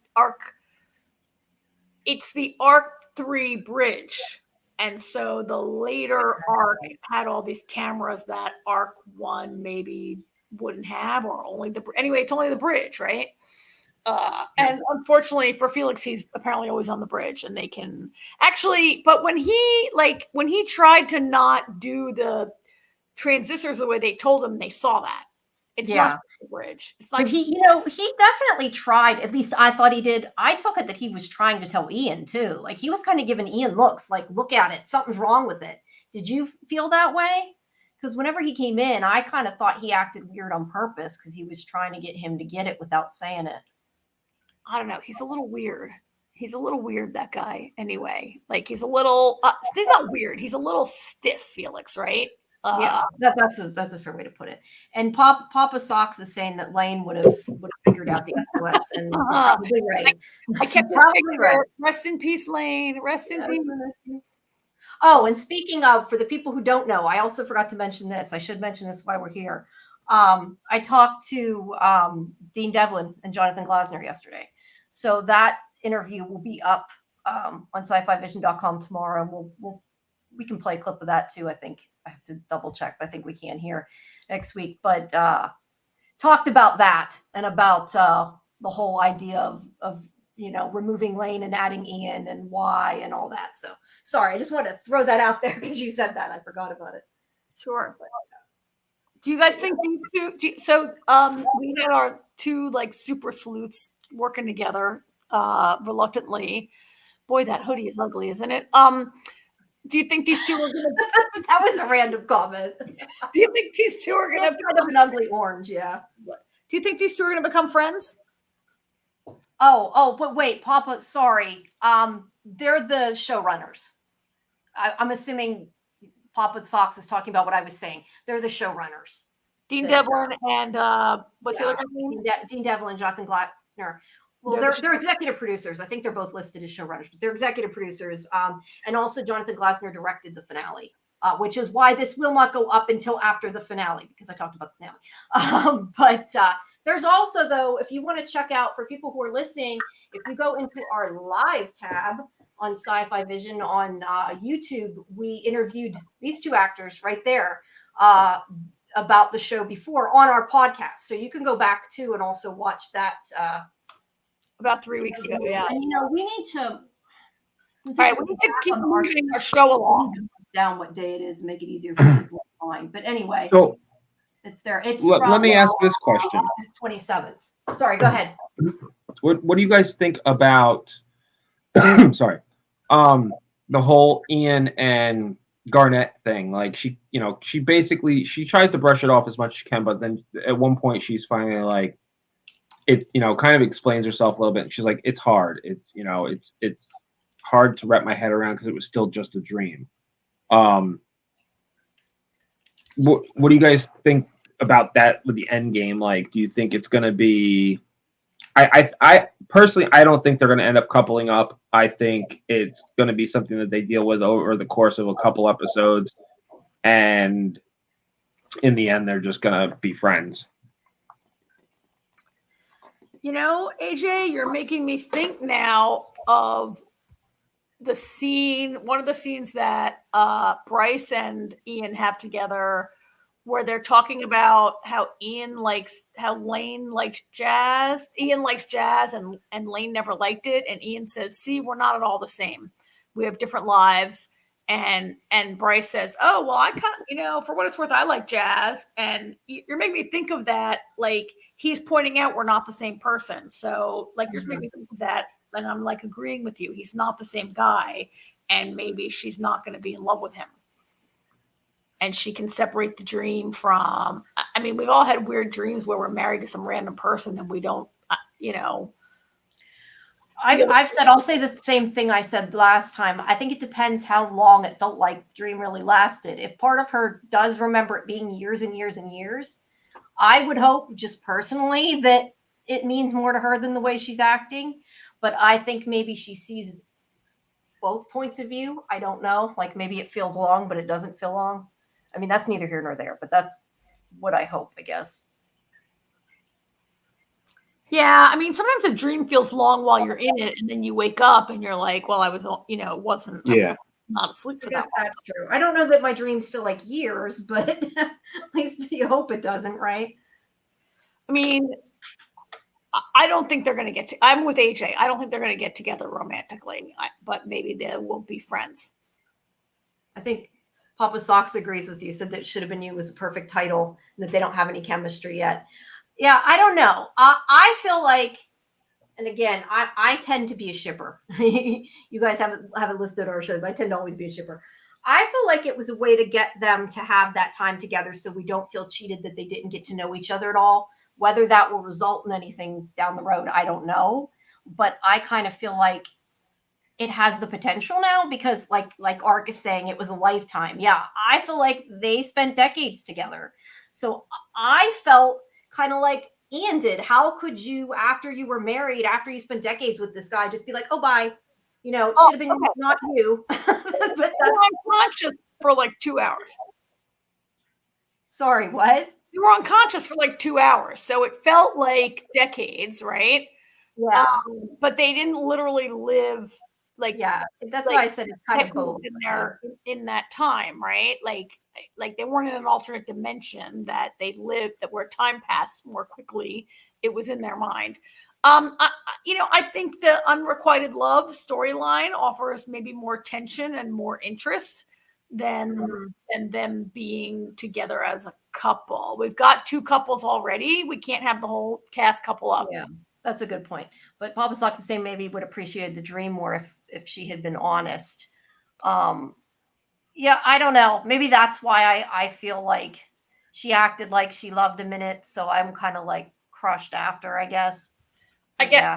I mean, he was literally the last man standing. Also, that's a good point too. Like, they were under very unusual circumstances. What happened to my background? That's there true. We go. My background back. I took it away because when the picture is too small. Oh, okay. It doesn't really work. I get that. That's true. I'm with AJ. I think,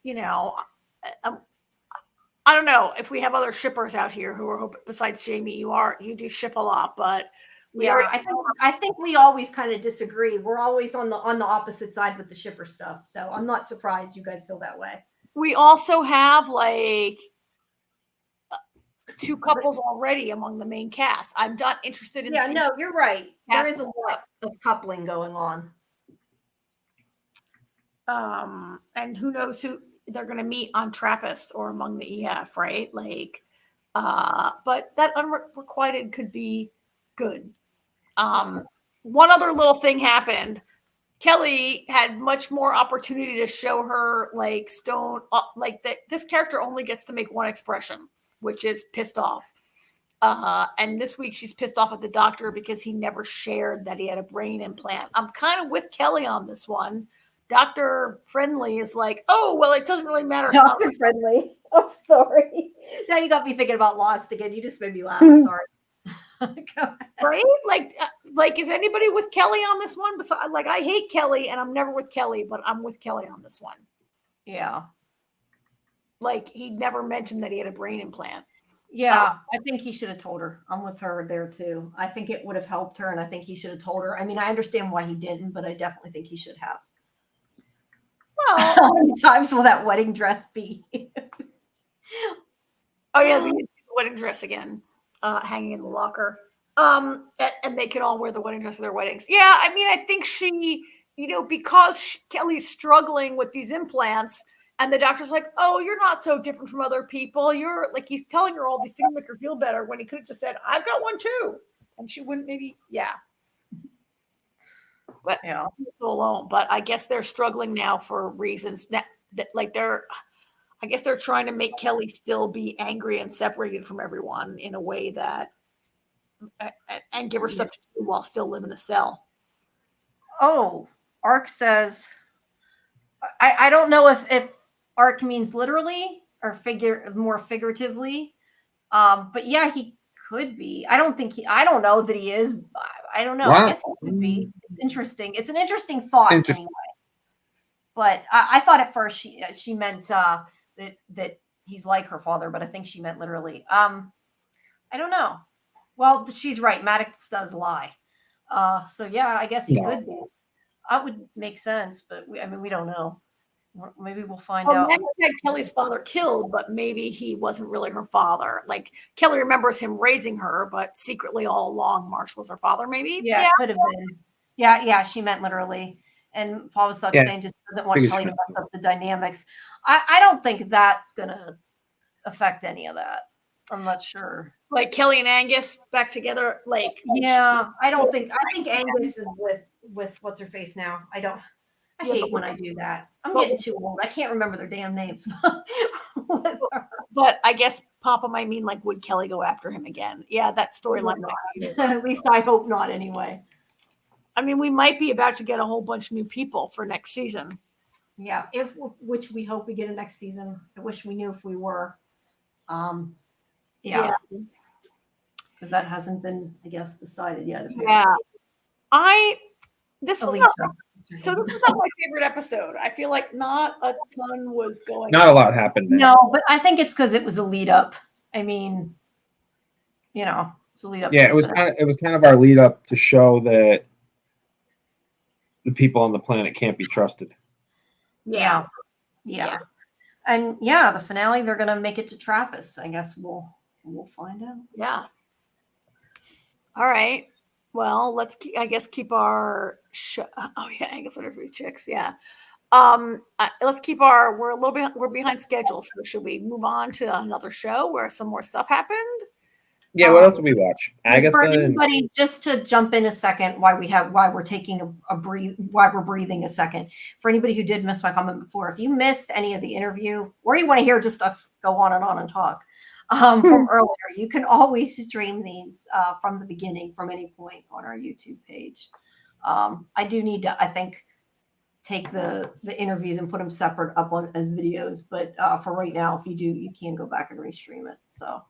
Sorry, go ahead. Didn't mean to cut you off. Oh, Electricon. Oh, Ark says Electricon might be making an announcement if we get it. Yeah. All I know is as of yesterday, I was told they didn't know. Now, a lot of times I think they know and they say they don't know. So whether that's true or not, I don't know. But I was told. I have no idea. Are you speaking English? What's Electricon? Oh, I guess not everybody knows that. It's the convention that's for I don't know if the company's called Electric. I guess the company's probably called Electric. Anyway, that is for like leverage and like brands. I think it must be to do with. The point is, it's for art. But anyway, a lot of them are going to be there. I think so. Ian's definitely going to be there. I'm pretty sure. Him and Christian are going to be there. Ark will tell me if I'm wrong. I'm sure. Okay. Thank you, Papa Socks. Thanks for coming. We appreciate it. All right, we're way behind. Let's keep our show moving along here. Yeah, yep. Okay, so what do we want to do Agatha, or you want to do? Let's talk about Agatha All Along. We have two. Okay, and then we'll do Daryl next. I am not a huge fan of this show, I think, but let's talk about I really liked it. All Devlin's Productions. Okay, that's an answer. All Devlin Productions is what the convention's for.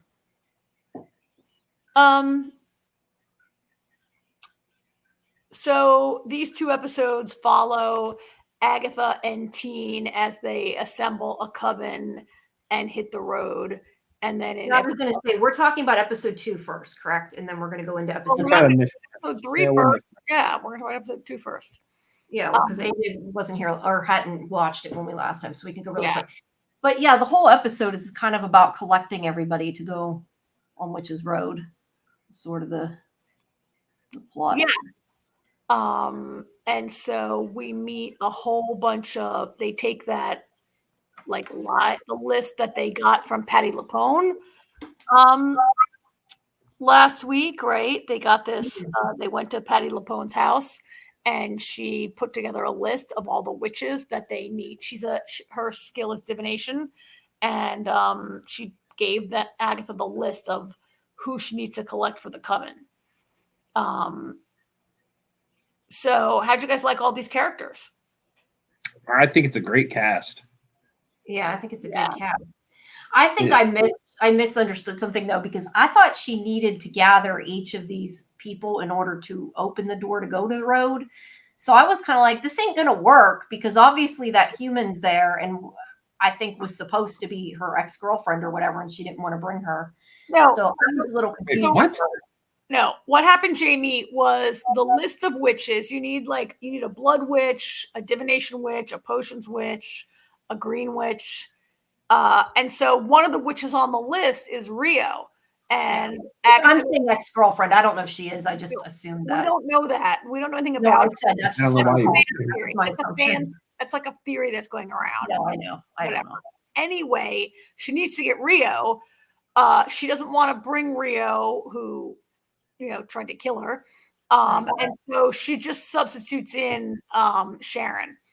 Right. Well, I mean, think about it. But there's a reason for her doing that, because she says somebody with a black heart, and we already know that there was a comment about Rio with a black heart, but her last name was Hart from WandaVision.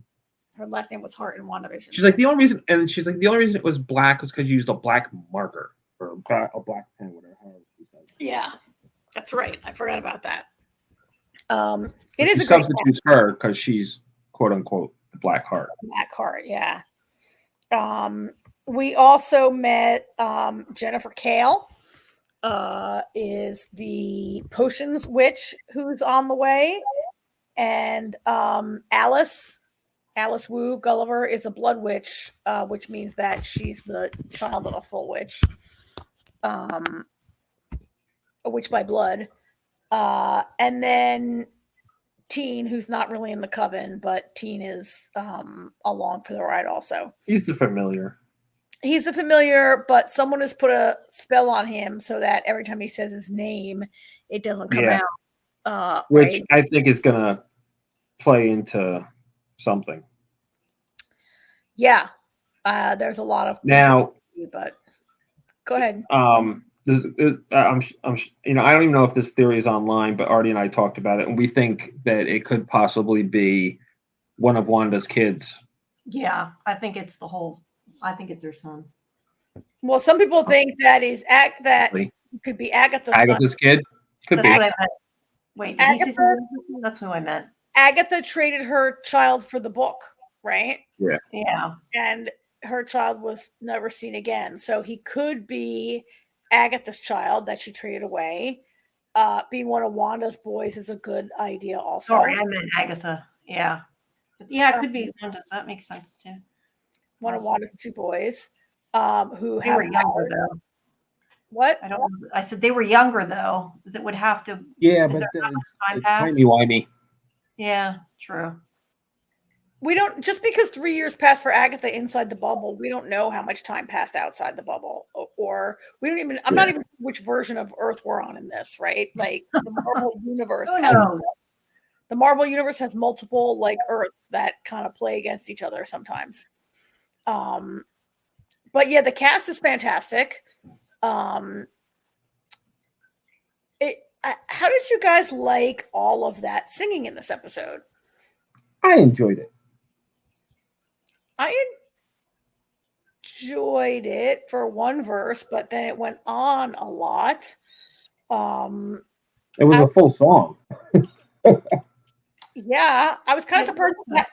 I was kind of surprised Patti LuPone didn't get a solo.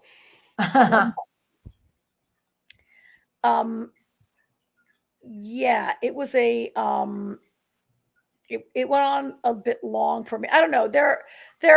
This show, I'm very aware that I'm watching a Disney show. To me, this feels less like a Marvel show and more like a Disney show. It feels maybe geared more for, it's lighter. It's, I don't know. I feel like I've never seen Hocus Pocus, but I'm like, am I watching like some family Disney thing? Like this really takes me right out of the Marvel universe, which is fine, I guess, but I'm very aware that I'm watching a Disney show. And even like the scary parts, like the scary demons, were not that scary. And the singing is very Disney-ish. I don't know. Singing, yeah. I didn't really necessarily feel like that about the show. The singing, yeah, I get with the singing, but AJ, I mean, to say that you're very aware that you're watching a Disney show, they're all Disney shows. Yeah, I know. I mean, like Guardians of the Galaxy gets silly, and it's still. This feels very Disney-fied to me. This feels very, I don't know, light and fantasy-ish, and it just. I know what you're saying, but that's the thing. I'm not. I see. Honestly, I didn't know what to expect from it. going in.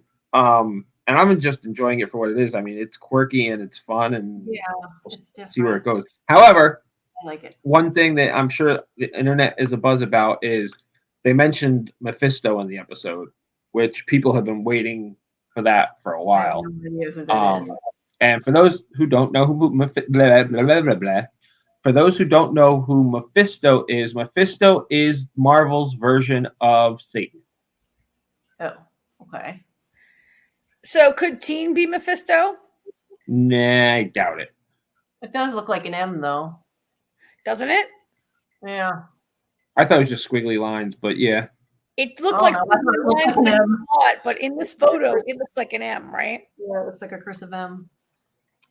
Yeah, I don't know. I didn't know who that was. So, but I guess that was my point in that scene I was trying to make before, is that I thought because she didn't have Rio there that they wouldn't be able to get to the road. But I guess she didn't actually need them all to open the portal or whatever the heck it is, which I just misunderstood, I guess. Because I kept thinking, it's not going to work. It's not going to work. You have a human. It's not going to work. But obviously, it doesn't work out for her. So she could be magical and we don't know it, or she doesn't know it. I guess she took her knowing or assuming she wasn't anyway. It could have worked because of the magic that she endured under Wanda's spell. True. So when this door opens, like, Agatha makes several comments about, like, it didn't take this long last time. This isn't how it happened last time. It didn't look like this last time. This didn't happen last time.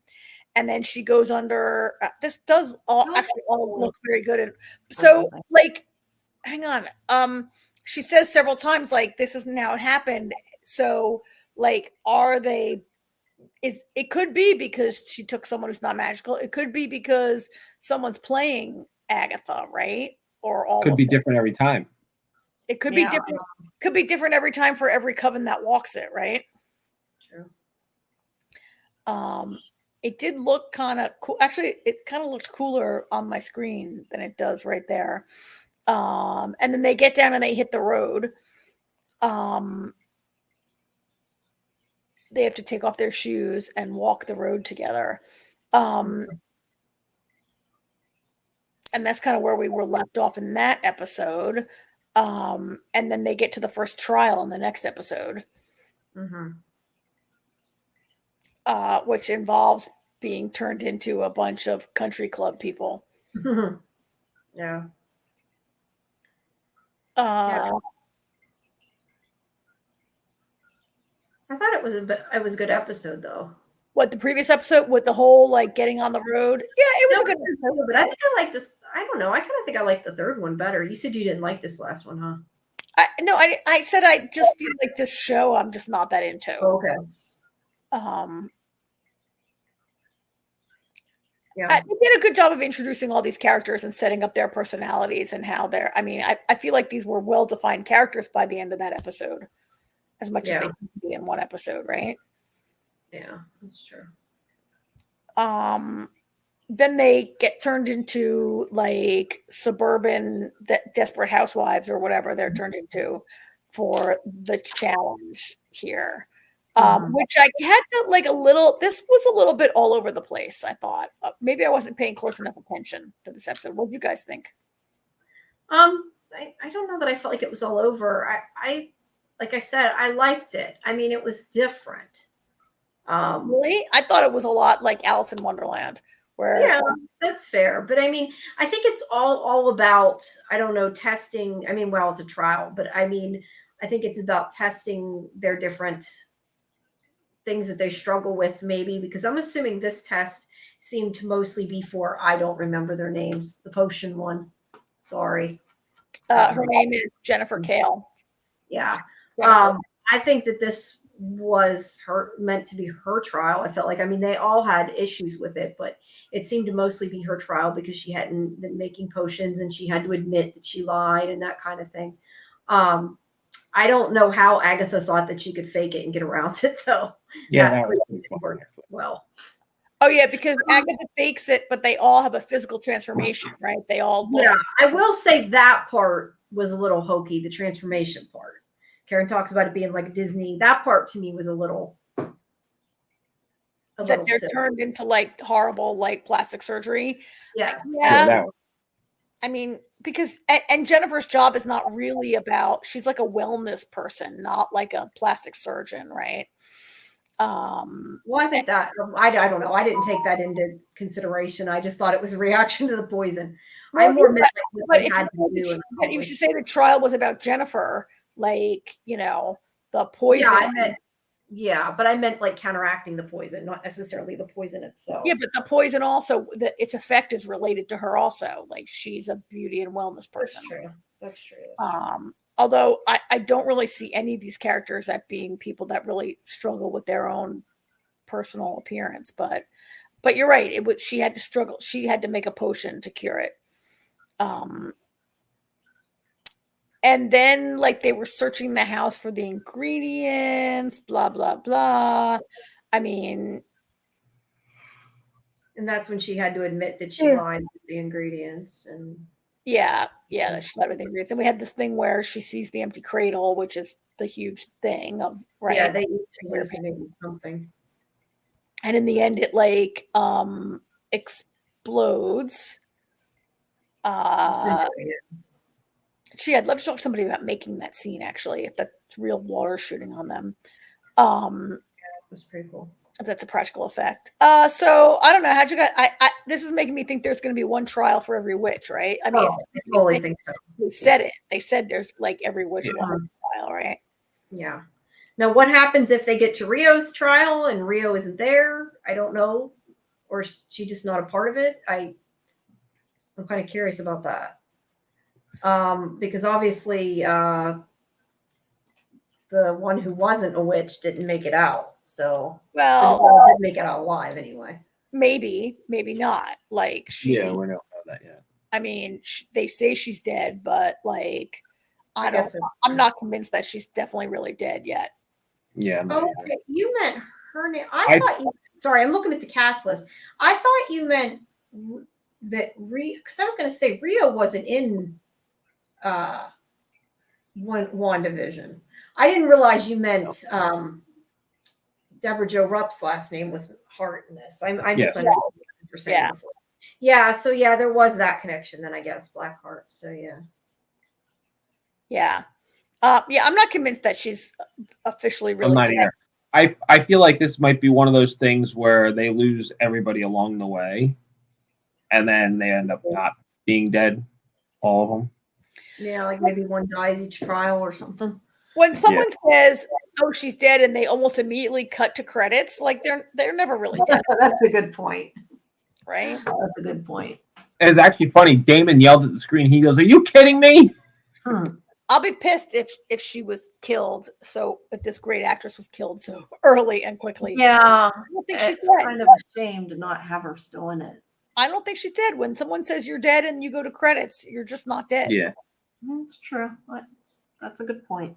I watched another show today where someone was like, I thought dead for like a second until they started coughing, and then they were alive again. So. Yeah. I don't know. I felt like the trial was not really that scary. Like, they had to make this potion so that they wouldn't die. And they were like, oh, what's going to happen with this? We're going to get more symptoms and then we'll die. But it didn't really feel like they were in that much danger of death. And then I guess suddenly at the end, they're like, oh, guess what? Sharon's dead. So I guess. Yeah, I think the countdown clock was supposed to make it more tense, I guess. But that really didn't for me because they barely showed it. Yeah, I didn't feel any real tension or fear there about them dying. Maybe also because it was the third episode and they can't die yet. I don't know. AJ, I got to ask you again. You have not read these comics, but this show also does not reflect. She doesn't have her own comic. She's just a side character here and there. Yeah. Mephisto, though, is a big character, right? I don't know if I call Mephisto big. I mean, yeah, I guess in the grand scheme of things. All right, let's put it this way. Mephisto is a huge deal because Mephisto is responsible for Ghost Rider. Oh, okay. All right. So, he's not related. The next movie coming out is another terrible Venom movie, right? I shouldn't say it. I wouldn't call the next what movie? That's Sony. That's not related. Yeah. Sometimes these shows lead into a Marvel movie, and that's where I was going with this. Like, what could this show be leading into? The next Marvel movie is Captain America. I don't think it's going to lead it. I don't think it's going to lead it into anything that's coming soon, because I believe the next Marvel movie is Fantastic Four. I could be wrong though. No, I'm sorry. The next Marvel movie is Captain America. Captain America: Brave New World. Then comes Thunderbolts. Then Fantastic Four. Yeah, I can't remember what. And then Blade. So yeah, yeah, okay. Not into anything. Yeah. This show is not leading into anything. At least not yet. Okay. So yeah, I'm just not feeling the show yet, but maybe it'll grab me more next week. Yeah. You enjoy? I think this is one of those times where you just gotta enjoy what's on the screen and not think too much. It's just like I said, I didn't know what to expect from it, and it's quirky and it's fun, and that's all I'm expecting from it. Okay. Like this all up until I watched the first episode. Actually, I was kind of I was like, oh, Agatha comes out. I'm like, okay. And then I watched the first episode. I was like, well, this might be fun. It is a great cast. I mean, you're right there. It's a great cast, and I should be able to just enjoy them for being on my screen. Yeah, I don't know. I found it fun. I see what Karen's saying, but I've enjoyed it. Well, yeah, no, I'm enjoying it a lot, actually. I was one of the people that I was kind of over, and I said this last week, I enjoyed WandaVision, and I think the whole changing genres was unique, and it was different, and it was cool they did it, but it started to annoy me at a certain point where I was over it. So I actually, so far, I don't want to say I like this better than WandaVision, because WandaVision was good, but I'm enjoying it. And I'm glad they didn't do what they did with WandaVision. I didn't want to see that again. So, yeah. Well, I turned it off and I put on The Old Man, which is about people imminently about to be killed by the Taliban. So, my taste maybe is a little darker this week than this show. So I watched The Old Man too. Quite darker. Yeah, it's so good. So good. Yes. Okay, well let's move on. Let's talk about Daryl. Right. Let's talk about Daryl Dixon, and we can wrap our show up. Talk about something bad. Yeah. No, it was good. I like this. I think this series is a lot better than some of the other spinoffs. I don't think this one is as bad. I like this. Okay. I mean, it's still Walking Dead, but what it is beautiful because it's being shot on location. Yeah.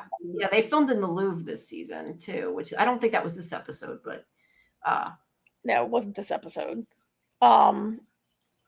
This episode is there are two. It was on Paramount. There are two. Art's saying that they got to get all 6 episodes dropped on Paramount. I didn't know it was on Paramount unless she means AMC Plus. I think Art must mean AMC Plus. I think she means AMC Plus. Yeah, I didn't realize that. I didn't know it had dropped. But well, whatever. In this, I don't know if you've seen them all, Jamie, but this episode there are 2 things going on in this episode. One is really about Daryl, what he's doing in France, and he's training Laurent, and he's hanging out with Isabel and whatever, and we can talk about that. And then the other part of the episode is Carol in Maine trying to find Daryl. Mm-hmm. And the people she encounters and ruins their lives along the way. Yeah, I'll let you with the stuff that happens kind of go through it because I don't want to. All right. Well, so Daryl's hanging out in France and he's begun to train Laurent, who really needs it because he was pretty. He's been. I think he's better though than the ones at the World Beyond were. Well, he's been even more sheltered, equally as sheltered as those children were. Yeah, he was, but I mean, at least he's learning to fight. He seems more adept than they were. I think. I feel like. I don't think so. He was maybe 3 minutes tops in this episode. And we did have this thing where Daryl has rigged up these walkers. And all we saw was the kid fall down and be like, help, and then Daryl killed Yeah, I him. guess that's true at this point, maybe not. But I guess too, having Daryl to teach you will probably pay off as opposed to I don't know. At any rate, it was kind of cool. This thing was kind of cool, right? Yeah, that was cool. It's like they're like on a leash, kind of, sort of. Yeah. And Laurent's supposed to try to kill them. I was kind of wondering at the beginning of the scene, Laurent, you don't see this contraption at first. You see Laurent fighting a couple zombies, and like the zombie, he tries to stab it, he fails, he falls on his ass. And I'm like, kid, why are you not backing up? You need to back up faster. He really wasn't like trying to escape in what I thought was a fast enough manner. And then they cut and you see that, Daryl kills it. And then you see that Daryl's rigged this cool thing up. Yeah.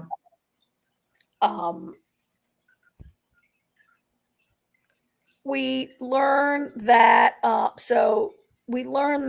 the head of the whole operation, this guy Losang, is the head of the spiritual leader, the head of the town, whatever. And he's got this thing where he thinks Daryl is too violent. And he doesn't, which granted, Daryl is violent. Yeah. He doesn't really think Laurent should be trained. He thinks Laurent should be like working on he needs training in other areas to be I think he's, special or whatever. So, well, they think he's the savior, right? And he needs to be trained to be a leader, which is fine. But he still needs to learn how to fight. Well, I don't know. No, but there's these sketchy people around who are like, you're never going to convince the American. Like, this guy definitely is up to more. Like, I feel like there's a secret about this guy. Like, he's hiding. He's got plans that we're not privy to. He can't be trusted. I don't think. I think he might have some plan that we're not privy to, or have some other things in store for Laurent that are not being like shared. I don't know. But they really don't like having Daryl around. Yeah, he's kind of messing up whatever they're. Yeah. And so it is they learn that Janae and her people have taken some characters hostage, right? They've got or not hostage, but they're captured. Felu, and that other guy. Okay, so I can't remember these people's names, and it doesn't really matter. But remember that girl who was Isabel's like nun friend? Oh yeah, she fell in love with a guy at the end of last. It was that guy, yeah. So that guy and Felu are being held by Janae, and they got to break them loose. So there's a big shootout. And Daryl wants to go save them, and that guy's more worried about everything else than actually saving this guy's them. Like, I'm sorry they're going to be tortured to death, but we got bigger plans here. And Daryl's like, screw that. Yeah, which I appreciated. I like that. He's like, hell no, I'm going to rescue them. And there's a big shootout, and he does rescue Felu, I think that's how you say it, and the other guy. And lo and behold, Janae comes on the scene, right? She's literally, which is kind of silly. Like, I don't really believe that you send other people to do your dirty work. I agree with that. Well, like, technically, other things to do besides go on a transport to drive some prisoners from one place to the next, right? Like, but anyway, she ends up. This is the scene where she says from the trailer, "Daryl Dixon, I heard you were dead." I can't do a French accent. Yeah. Or not shoots at her. I forget what he does. He does something that he does. He's about to shoot her, but he takes too long to shoot her, and like the bomb that didn't go off blows up on her. Okay, so he didn't shoot her, but the bomb goes off and distracts him, and when he turns around, she got away. She ran away. Okay. That's it. Sorry, it's been a while. Okay. And also Ark is saying likes the Cherokee Rose on the table. Yeah. Well, that's the whole other storyline is Carol, right? Yeah. We didn't mention that. Which, yay, Carol's back. I mean, we knew she was going to be more in it, but yay. So Carol goes to Maine, and she's looking for Daryl, and I enjoyed all the Carol stuff, and I love how she came up on the these people, and she acts like she don't know what she's doing, and then she totally like shoots that guy with the arrow, doesn't she? I'm trying to remember. She uses the Daryl's She shoots this guy in the foot. Yeah. With the okay, arrow. because he's yeah, a but jerk, she right? acts like she does her I'm all weak and I don't know anything routine first, which is always fun. Yeah. These poor guys, yeah, they think well, you know, I wouldn't say that they didn't treat her so badly. I mean, they're kind of like, so this guy was really not rude.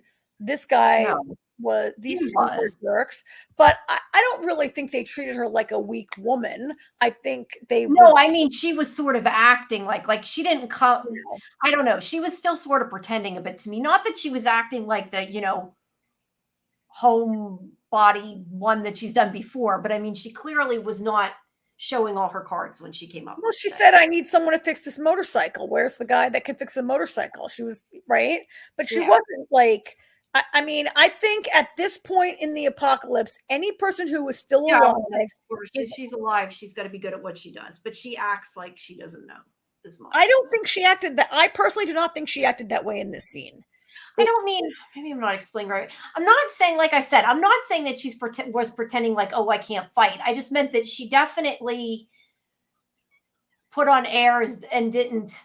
Well, but then again, she didn't want to exactly say what she wanted per se either. She was acting. You're right. She was more just acting like, oh, I guess I'm kind of saying how she's like, oh, I need somebody to fix my motorcycle type of thing, because she knew, or she figured that they were that they probably knew something, so she had to kind of lie to find out the truth, I guess is what I'm getting Yeah, I mean, at. she had to lie, right? I mean, everybody Yeah. lies.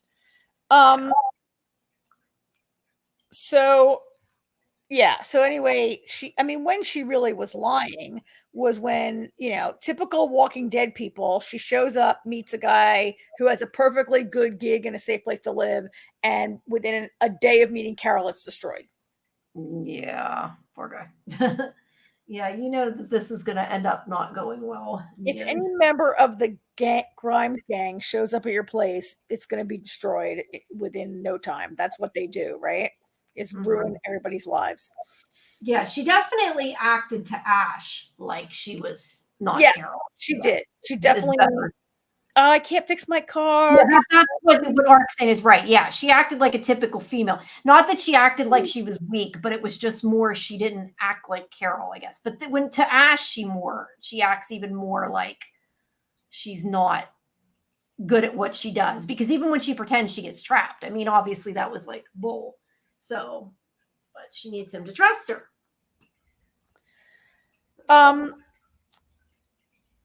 Yeah, so this poor guy, he's been, so I do think I'm a little, I don't know, this show, he's got a plane and he's got fuel for his plane. So it's not like jet fuel, but do planes take regular gas? Where's he getting it?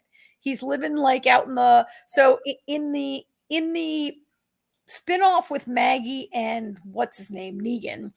Yeah, there's a place they make fuel.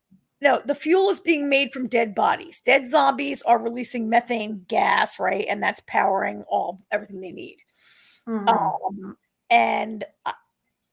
Or they're not releasing methane; they're being melted down. Whatever, they're making. I forget. They're using the walkers for fuel. Yeah. Anyway, I don't know how this guy who lives in the middle of Nowheresville in Maine is everybody's now driving all around. Carol's driving a motorcycle. Nick, she's driving a car.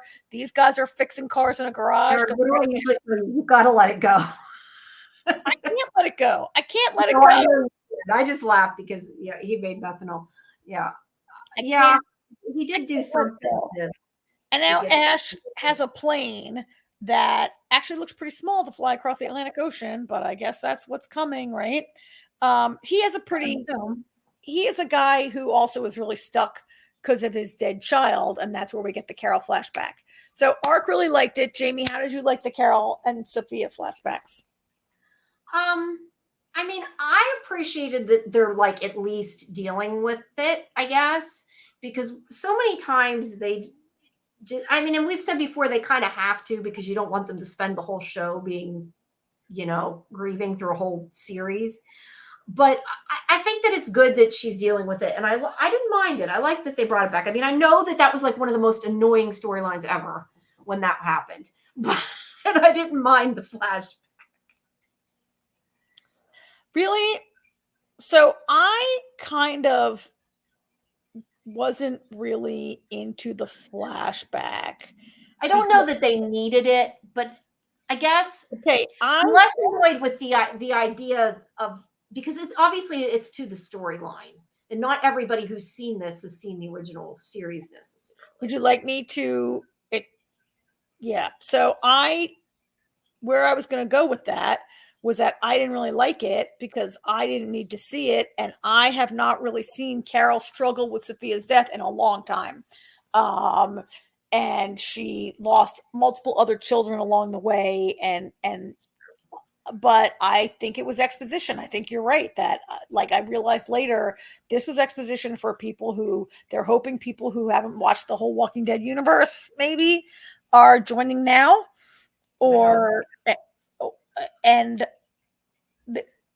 we're getting Carol's backstory and this way, and Carol and Daryl's backstory in this way, because that was like when they really first bonded to like be super close friends, was when he tried so hard to find Sophia, right? Mm-hmm. So maybe that was in there to sort of set it up and remind us. Set it up for those who haven't seen it. Remind those of us who maybe have fallen by the side. That had new footage, did it? Yeah, that part I don't remember, but I'm sure it did if she says it did.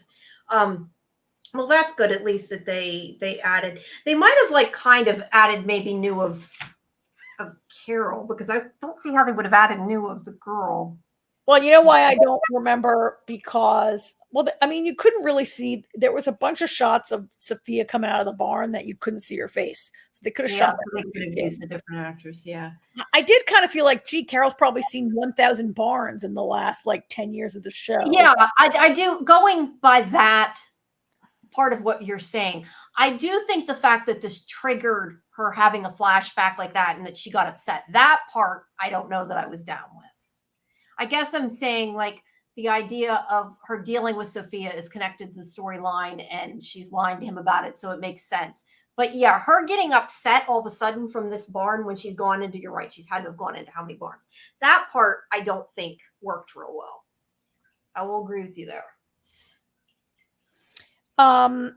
So it's hard for me to remember what footage it was because my DVR picked up this there was this little show that AMC ran that was like Norman Reedus and oh come on, what's her name who plays Carol? Norman Reedus and Melissa McBride did this like kind of trip down memory lane of Carol and Daryl for like a 30-minute show on AMC, and they recapped the entire Sophia's missing thing, and they showed like tons of clips of that, and so I kind of can't remember what was in that and what was in this episode.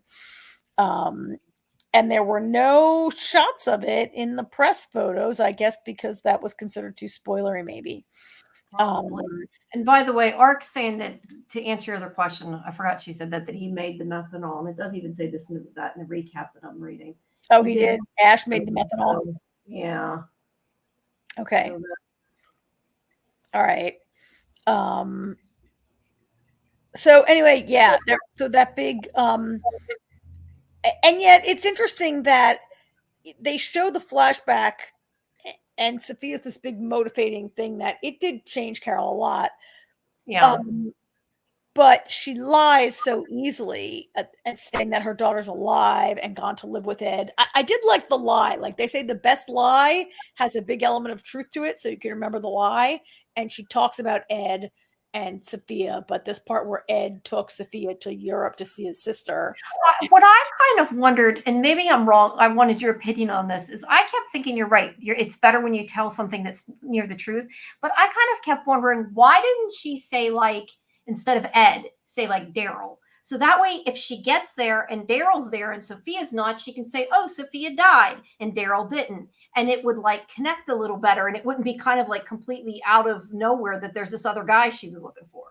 I feel like that would have made more sense to make it like she was looking for both of them, or like it was her ex-husband or something. I don't think she intends to be involved with Ash after she lands in France. I don't think she's thinking that Ash is going to be accompanying her on this journey to find Daryl. She's going to land, and I don't think she thinks he's going to live. And she's going to land and be like, "See ya, bud. We're welcome to go back to America." Yeah, but I don't think she intends to kill him. But yeah, I guess you're right. She probably doesn't think he's going to join. I don't think she intends to kill him. I don't think she cares if he dies, and she's not going to risk herself to keep this guy alive. At least not in her planning stage right now. That's what I think. Yeah, I guess that makes sense. That to me right away, I was like, why not just say I'm looking for Daryl and like add him to the story? I don't know. Daryl's considerably younger, and if you back out that it's been 10 years since Sophia died and she was 10 years old, like, you know. No. I just meant she could have been even said like that was her ex-husband. Like, I mean, why? Yeah, she's older than him. Who cares? Once she gets what she wants, who cares? True. And Ark thinks that that they'll address the other kids' deaths this season. So we'll see. This guy is traumatized by his own child's death, which I guess, which is like, it's kind of cruel what she's doing. Like, I get it, but it's also kind of cruel. Well, it's not what she bargained for. She didn't know that when she told the lie. It's only after he leaves and she goes snooping around his property like a typical Rick person. She snooped around everywhere and ruined everything. But she had already told him that lie before then. Did she? Okay, I thought she told him after and used it. I didn't realize. I'm mixing it up. She told him. He doesn't care. But right. I thought that's where she got the idea from. No. Was because she knew that his son was dead, but I don't even remember. But yeah, she kind of screws that up. She screws up lets the walkers in. It doesn't go so well. I know that I could be wrong, but when she tells him the story, he sees right through her. He says, "You don't want me to fix your car. You want me to fly you to Europe so you can find your kid." And she's like, "Oh yeah, you saw right through me." Yeah. I think they're going to become friends, and then he's going to die. And then she might actually feel bad about getting him killed. I guess we'll find out. I guess we'll see, yeah. Yeah. But they take off at the end, right? I'm trying to look. Looks like they take off. Do they? No, I don't think so, no. I'm looking at a recap here because I couldn't remember. Yeah, they're getting ready to go. And a lightning comes and conveniently blows out all of his power, and his property is overrun by zombies. Oh, that's when they get in the fence. Yeah. Yeah, I don't think how they expected. My DVR cut it off. I don't think they took off at the end. I think they were just overrun by zombies, and that was sort of cliffhangery. Do not remember. Yeah, I don't know. Yeah. It's addressed by Melissa in the after show about why. Yeah, I need to watch the after show. Show? Yeah, I assume she means. Remember how when we used to watch the episodes? Didn't they usually have the little thingy at the end? The little making of thing at the end. Sure, maybe. I don't know. I think it's different. It depends if you watch it on demand or not. Whether you watch it on demand or you watch it when it airs, it makes a big difference a lot of times. But anyway, if people want to check it out, I have the interviews up for the ones who play Laurent and Flu and Janae and Cadrone. Those are up at SciFiVision.com. Cool. So yeah, but Carol was afraid to fly. Was she afraid to fly? I don't know. I'm trying to remember. My brain isn't working right now. But yeah, I mean, I think it was an okay first episode. I enjoyed it. I think more because Carol's back. I like Carol. I like them both. I mean, she's a badass. Yeah. I mean, I mostly want to see them reunite, obviously, and that's kind of the whole, I think, point we're assuming of this. Yeah, but I like Carol. I'm glad that she's back in it. And but it is, like you said, it is a very good looking show too. And they do film on location places, because I know it wasn't in this episode, but they've already announced, like I could say, they do film in the Louvre, which is pretty cool.